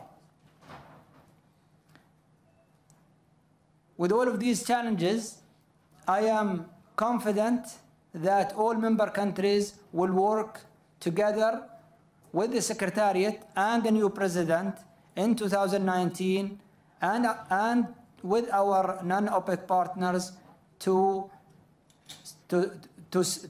step up to the new challenges and continue our work to balance the market, not only looking at your benefits as the consumers, but as well to continue work to achieve a healthy growth to the world economy.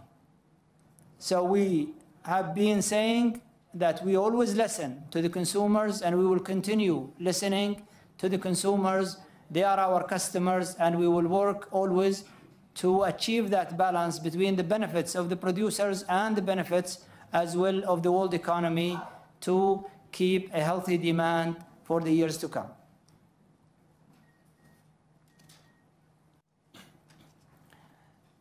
Those new challenges will require us to solidify, work together, and deliver. OPEC, I am sure, will remain cooperative, agile, and forward-looking, working for the benefit of both the producers, as I said, and the consumers. Achieving the balance in the supply and demand has been a goal that we have achieved during the year 2018, and we hope that we will work together to achieve the balance back in 2019 and for the years to come. But it's not easy. It would require us to move fast, and it would require us to be up to those new challenges.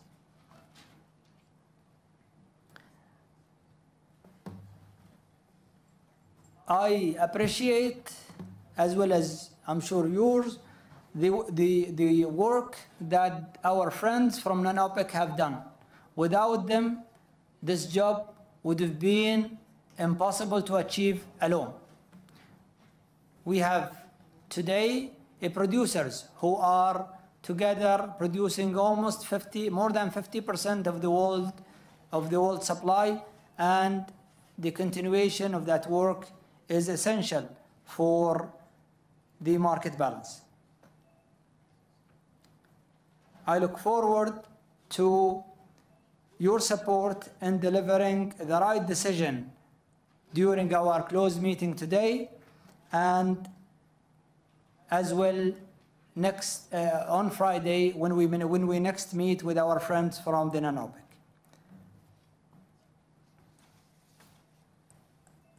I'm always optimistic about the future because I have the trust of this group.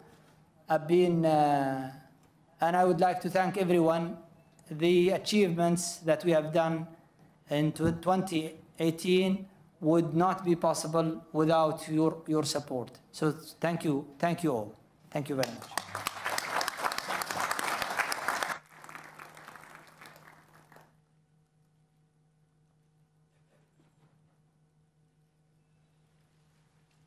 Members of the press, thank you for your cooperation. We ask you to now kindly leave the room so that the conference can continue. Thank you.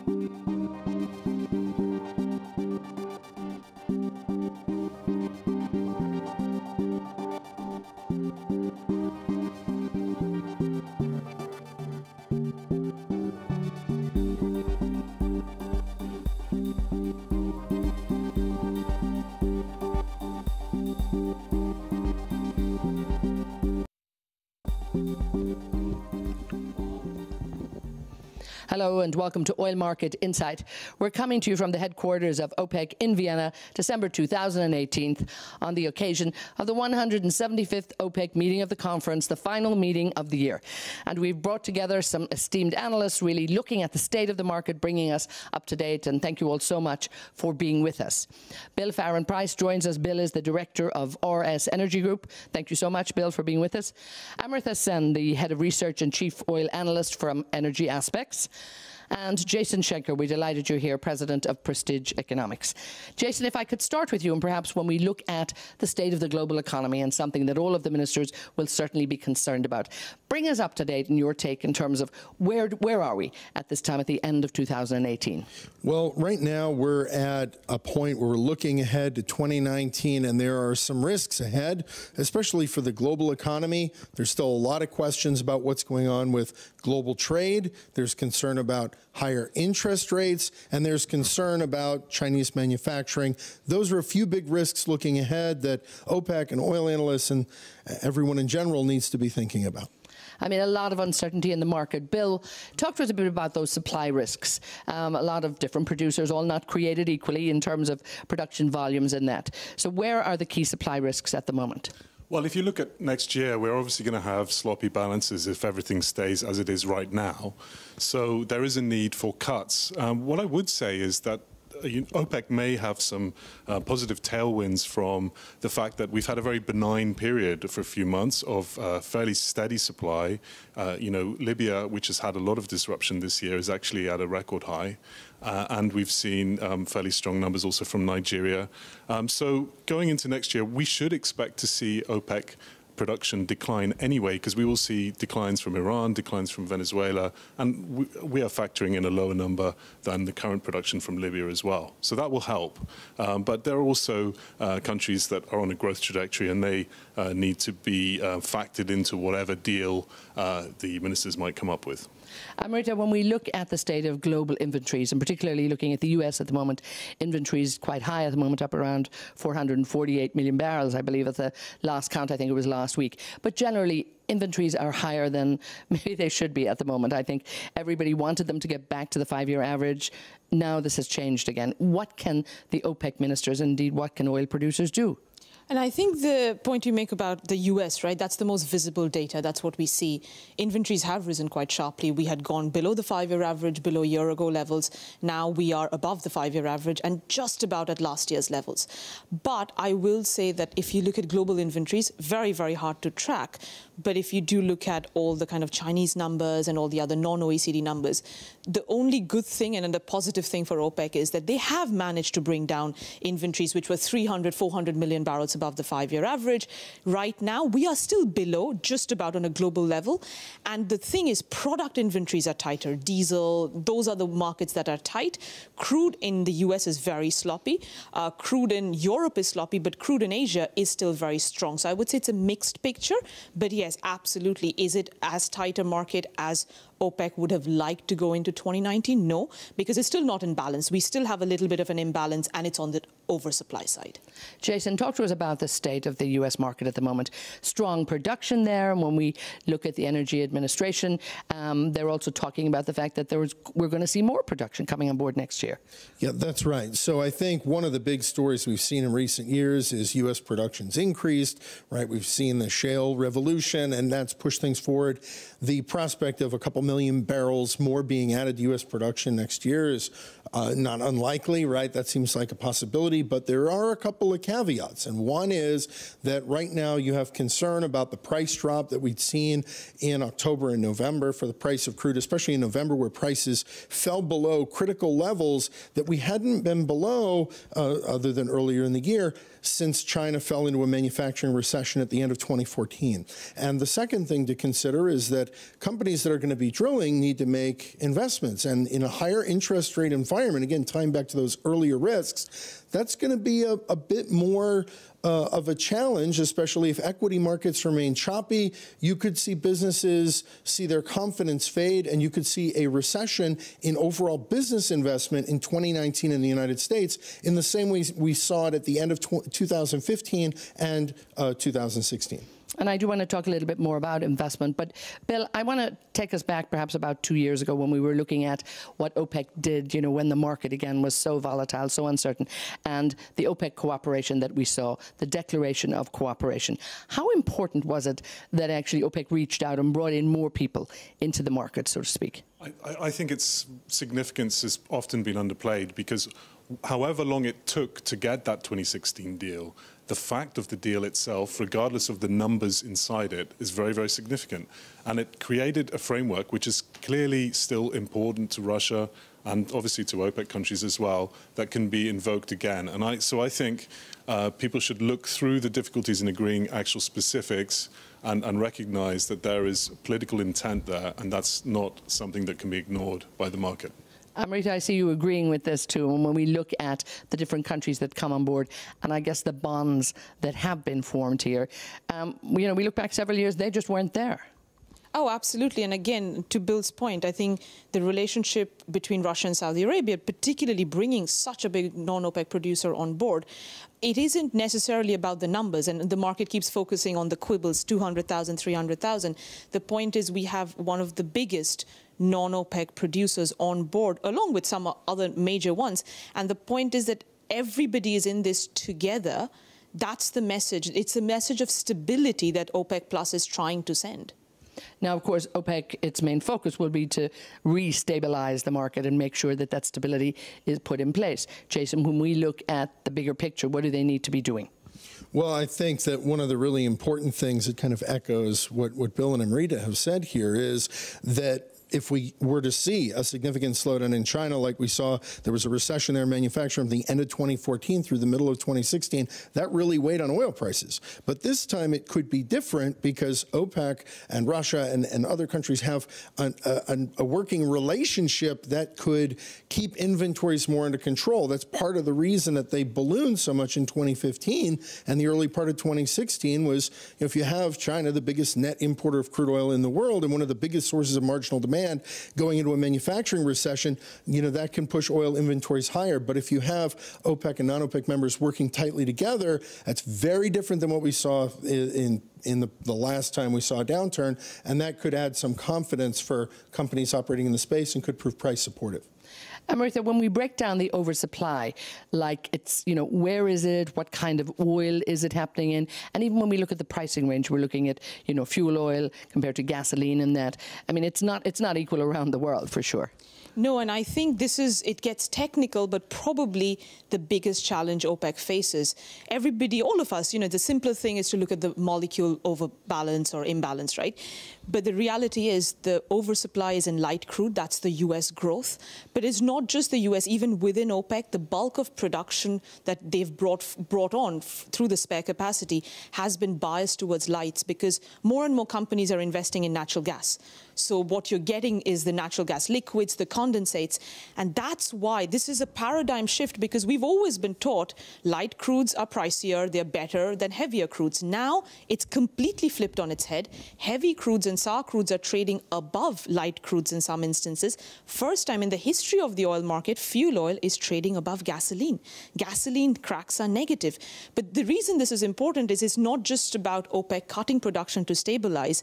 It's extremely important that they don't go back to the usual, we will cut heavy crudes because that's where the lower netback is. They need to cut light crudes.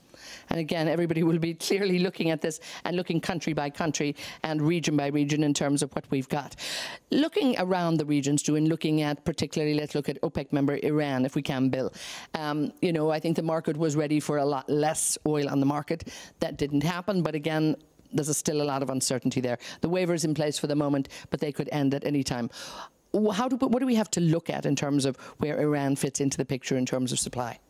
I think what's clear is that Iran's obviously going to decrease in production terms a lot less than we expected and a lot less than its OPEC peers expected it to. We really don't know because it's a product of policy making that's quite volatile. It's unclear to us quite how long the waivers will stay in place, and how well they'll be respected. Because, of course, what we did see with Iran is that corporates and refiners were making their decisions. They were voting with their feet. They were cutting back even before the sanctions were reimposed. And for some of them, I should expect that they will continue along that track. They've already lined up alternative supplies, and that they will stick with that. So it's a mixed picture. It's difficult to draw any conclusions at this stage. And actually, that may be an argument for making a decision on rebalancing a bit later than now, when we have a bit more clarity on Iran. Jason, let's look at China. The U.S. trade deal with China, it's a truce at the moment. Is it a deal or is it not a deal? But again, we're hearing that China is going to begin buying oil and gas from the U.S. at the moment. What are the implications of that trade deal, whichever way it goes? Well, it's really, really important because on a couple levels. I mean, one, it's important because it impacts investment decisions and confidence that companies in the United States have. But it's also very important for the Chinese economy, which has seen a significant slowdown in growth throughout the year. Oil prices tend to follow industrial metals because China consumes the majority of some metals like aluminum, or a plurality globally of other metals like copper. Those have gotten crushed all year because China is the world's factory. And if China, and right now the deal as it looks is just a 90-day pause on more tariffs. That doesn't mean the tariffs in place don't go away. So the trade war is still on. It's just no more escalation. And that doesn't fix the problem that China's slowed down, which is critical for oil demand growth as we look at 2019. Amrita, talk to me about investment when we look at this, and it's something that's on everybody's mind, the absolute need for it, how crucial it is. And I think when the market's so uncertain at the minute too, it doesn't have everybody, running to put billions of dollars on the table. Absolutely, and this is why what we all have been saying, essentially, the importance of OPEC Plus cannot be underestimated, because the market needs that stability. We have literally lost billions of dollars in underinvestment. Two things have happened because of the uncertainty, the outlook, and the price as well. People don't really know what the desired price level is, whether it be for OPEC, whether it be for other member countries. But also there has been a move towards going to a short cycle projects, so shale, onshore shale, or quicker projects. So we are lacking, since the 1950s, this is the lowest amount of investments we've seen in conventional oil, which could lead to a gap of 20 million barrels per day in, say, 10 or 15 years' time. And the problem then is we're just creating a situation where we get a spike, and that is going to be very, very detrimental for demand. It may not happen in the next few years, but the recipe is there for in, say, the next 5 or 10 years. Bill, come in on this too, because when we look at the investment, and again, some countries need a certain level for their own budgets and all of that, and many of the OPEC countries are continuing to invest. It's very much part of their national plan, so to speak. But around the world, there has been some pullback, just like Amrita's saying, in investment. And this is, it's dangerous, really. Yeah, I mean, there's definitely been a pullback in investment. I think the challenge for OPEC is trying to match its supply policy with increasingly short cycle oil. And also even almost seasonal factors now, because we know that, you get seasonal weakness in demand in Q1, and that seems to be the challenge that's facing them. I think it's a really tough one for them to deal with. But there's a broader conundrum at the heart of this, and that is that fiscal break-evens for some of these oil-producing countries are just simply at a level that does not constrain the growth in North American supply growth. And that's something that needs to be sorted out, and it probably means slightly more moderated oil prices over the longer term. Jason, when we look at what the consumer wants, and we look around the world, obviously they want lower prices at the pumps, but we've seen some disruption in Europe, but again we have to take into consideration a lot of government taxes. This is what's going on in many countries here, but low prices are not necessarily good for the industry in the long term. Well, one of the problems with low prices is, of course, that it can reduce investment, and there's no free lunch on this, which means later there could be significantly higher prices. And I think there's a massive over-expectation in the market for what electric vehicles will do, and that means that just absolutely massive. If you look at some of the challenges, it's the fact that you're substituting something that's not common, like oil, for something that's very rare, which are the metals and the batteries. And so that means that, okay, if we have low oil prices now and this is persistent, but then you end up with a long-term shortfall because the continued growth in oil demand is there, then you could get much much higher prices later, which affects everyone. Now we have to wrap this up. So, Bill, as I'm doing that, let maybe a closing thought from all of you. And it's been, a challenging few months. I think the end of 2018. But again, this market is used to challenges, I think, and all of you, when you've examined these markets over the years, you have. But let's have a quick look to 2019. Get your crystal ball out. The challenges and maybe a few opportunities that will be there for OPEC. For me, the most important thing is that whatever deal they come up with, it needs to be credible. It needs to be have metrics that the market can measure performance and delivery. And if it has that, then they have every chance of being able to balance the market properly. Looking ahead to the year, Amrita, 2019, what are the expectations and, again, the opportunities that are out there for the OPEC producers and OPEC Plus? I'd say, again, echoing Bill, I think credibility is very important, but also sticking to the message, because I think what we have seen over this year, and that's confused the market a little bit, is coming up with, so say if they do announce a number, those baselines, it needs to be very transparent. That's very important. But also we do have a very important shift coming up at the end of 2019 into 2020, which is the sulfur specification changes in shipping, which is IMO 2020. That has huge implications for OPEC members because they tend to produce more of those sour crudes, which the value of those are going to go down. So there's a lot of food for thought over here for OPEC as well, how they price those crudes, irrespective of the cuts and the quality of the cuts. So I think that is something they need to really watch out for. A whole other discussion, and that one we could be having. Maybe we'll put it on the agenda. Thank you. I'm going to leave you the final word on this one, Jason. Again, looking at the year ahead, what do they need to be looking out for? Well, I think the biggest thing are the macro risks, the risk of higher interest rates, tighter monetary policy, the trade risks that are out there, and the risk of a manufacturing recession in China, and the risk of a business investment recession in the United States. Those are the big risks. But against that, as we've kind of all mentioned, is the fact that OPEC and non-OPEC members working together it has an impact on a bigger amount of production in the global oil patch. And that's something that could instill confidence in terms of pricing, and it could also prevent inventories from running away. Super. Well, thank you all so much for taking the time and sharing your expertise and sharing your thoughts with us. This has been Oil Market Insight on the occasion of the 175th OPEC meeting of the conference here in Vienna. Big thanks to Bill, to Amrita, and to Jason Schenker. Thank you all so much for being with us. And stay with us on OPEC.org, where we'll be bringing you up-to-date reports constantly throughout the year. 2 years ago, a group of 24, now 25, OPEC...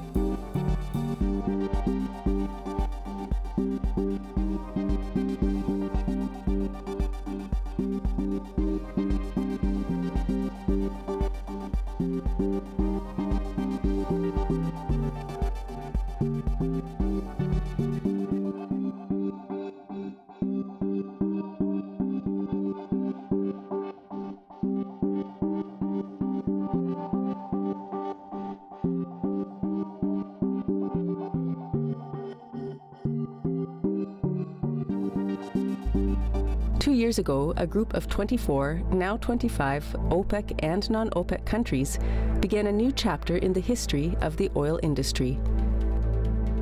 The Declaration of Cooperation Process. At that time, the oil market was in the midst of a downturn which had started in mid-2014.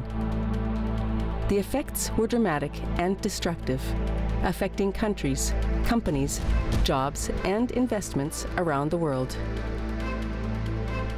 The Declaration of Cooperation was the culmination of many months of hard work on the part of all involved, OPEC and non-OPEC countries, and the Secretariat. Hundreds of meetings and phone calls, emails and letters were exchanged. These led first to a decision at the 170th Ministerial Meeting on September 28, 2016. The second step was a landmark meeting on November 30, 2016, at the 171st meeting of the conference, which saw OPEC countries unanimously decide to adjust production down. On December 10, 2016, non-OPEC producers joined in the efforts, and a total OPEC and non-OPEC adjustment of 1.8 million barrels per day was agreed upon at the first OPEC and non-OPEC ministerial meeting in Vienna. The oil industry transformed immediately. Stability quickly re-emerged, and perhaps most importantly, OPEC and non-OPEC ministers found themselves building networks and friendships in a way that was unimaginable before. The declaration is a first in the industry and a first in the world. Solidarity, fairness, transparency, the bedrock of all sustainable diplomatic efforts, are the principles upon which the declaration is built and continue to drive OPEC and non-OPEC cooperation. As Qatar's Minister of Energy and Industry and the OPEC Conference President in 2016, His Excellency Dr. Mohammed bin Saleh Al Sada stated at a press conference right after the signing of the Declaration of Cooperation, "Our agreement is really stemmed from the sense of responsibility towards the balancing of the market, which will lead to positive results not only for producers and exporters, but also to consumers and to the healthy economy we all require to the world." His Excellency Alexander Novak, Minister of Energy for the Russian Federation and a huge champion of non-OPEC participation, stated at the same event. I believe that this is a truly historic event. It is the first time that so many countries from different parts of the world producing oil have gathered in one room to accomplish what we have done. Khalid Afaleh, Saudi Arabia's Minister of Energy, Industry and Mineral Resources and President of the OPEC Conference in 2017, added, "I am obviously delighted to have been part not only of the agreement today, but I think more importantly through the process that has culminated in what has already been termed by my two colleagues as being very historic." We want to thank these esteemed ministers for always going the extra mile, for never tiring in the face of all odds, and for making the declaration a reality. Each brought their own significant and essential contributions to this historical process. These efforts were carried on throughout 2018 by President of the Conference and Minister of Energy and Industry for the United Arab Emirates, His Excellency Suhail Mohammed Al Mazrui. There is now a global recognition that without this collaborative action, the market would have continued to exhibit extreme volatility and future uncertainty, with far-reaching negative consequences for not only producers, but consumers, investors, and the whole industry, and as well the global economy. OPEC Secretary General Mohammed Sanusi Barkindo had these words for His Excellency Al Mazrui at the most recent Joint Technical Committee meeting. This outstanding minister, in his capacity as president of the OPEC conference in 2018, has inspired all of us through his expert diplomacy and mastery of the craft of statesmanship. I speak, of course, of the illustrious Emirati, His Excellency Suhail Mohammed Al-Mazrei. We also want to especially thank the Russian Federation and all our other non-OPEC partners for standing firmly and consistently behind their commitment and being strong and verbal supporters of the cooperation. The successes reached were strongly backed by the monitoring system put into place under the Declaration of Cooperation. Today, the Joint Technical Committee and the Joint Ministerial Monitoring Committee are institutions in their own right, widely lauded for their tireless work. Participants' unshakable resolve to act in the interests of producers and consumers was also clear in unprecedented conformity figures seen since the beginning of the process. These efforts have been central to the oil market recovery seen in 2017 and 2018 and have had a multiplier effect for the world's economy. All this has supported financial markets, which significantly helped to improve market fundamentals. So tonight is a time to celebrate all that we have achieved on this long and winding road we started down 2 years ago. The Declaration of Cooperation will continue as a hallmark in history, one which heralded in a new era of cooperation and collaboration. Participants of the Declaration of Cooperation have gained very rich experience since its initiation. Now it's a very, very good and huge, I think, development in relation between OPEC, among OPEC and Russia and some other non-OPEC producers. It's important, very important for OPEC, I believe, is evolution. In the history of OPEC and history of the oil production, we have been very successful. The compliance from OPEC and non-OPEC contributor was very good, close to 100%, but it seems this cooperation is working well, and it sent a good signal to us that we are going in a right way. And the lessons learned will serve the industry well into the future. The next stage in this remarkable journey is to ensure that the trust and friendships forged over the past few years continue to grow and strengthen. These bonds will allow producers to address evolving issues in a rapidly changing market. Thanks to the Declaration of Cooperation, we are confident that, together with our non-OPEC partners, we are more able to meet future challenges than ever before.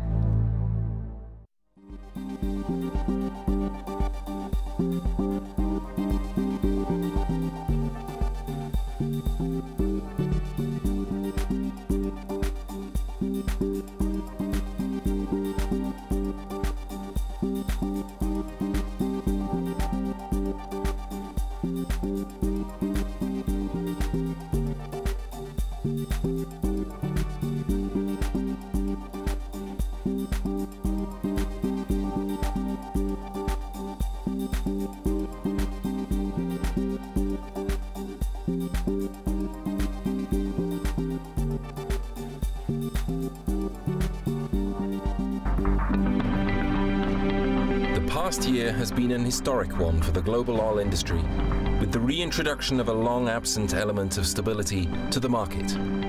This has been driven in part by the landmark Declaration of Cooperation between 25 OPEC and non-OPEC producers that has helped accelerate the return of balance to the market and brought more optimism to the industry. The importance of this stability is vital across all timeframes, which is evident in the 12th edition of the World Oil Outlook for the year 2018, that allows the organization to share its views and analysis of the global oil and energy markets. A central element is that total primary energy demand is set to expand by a robust 33% between 2015 and 2040. This is driven predominantly by developing countries, which see almost 95% of the overall energy demand growth. Most of this will come from developing Asia, but Africa could potentially play an increasingly important role too. Natural gas witnesses the largest growth in absolute terms, and renewables the largest growth in percentage terms. Oil remains the fuel with the highest share in the energy mix over the forecast period. Oil demand is expected to increase by around 14.5 million barrels per day to reach 111.7 million barrels per day in 2040, higher than in last year's World Oil Outlook. Demand growth is driven by non-OECD regions, which see a huge increase of around 23 million barrels per day.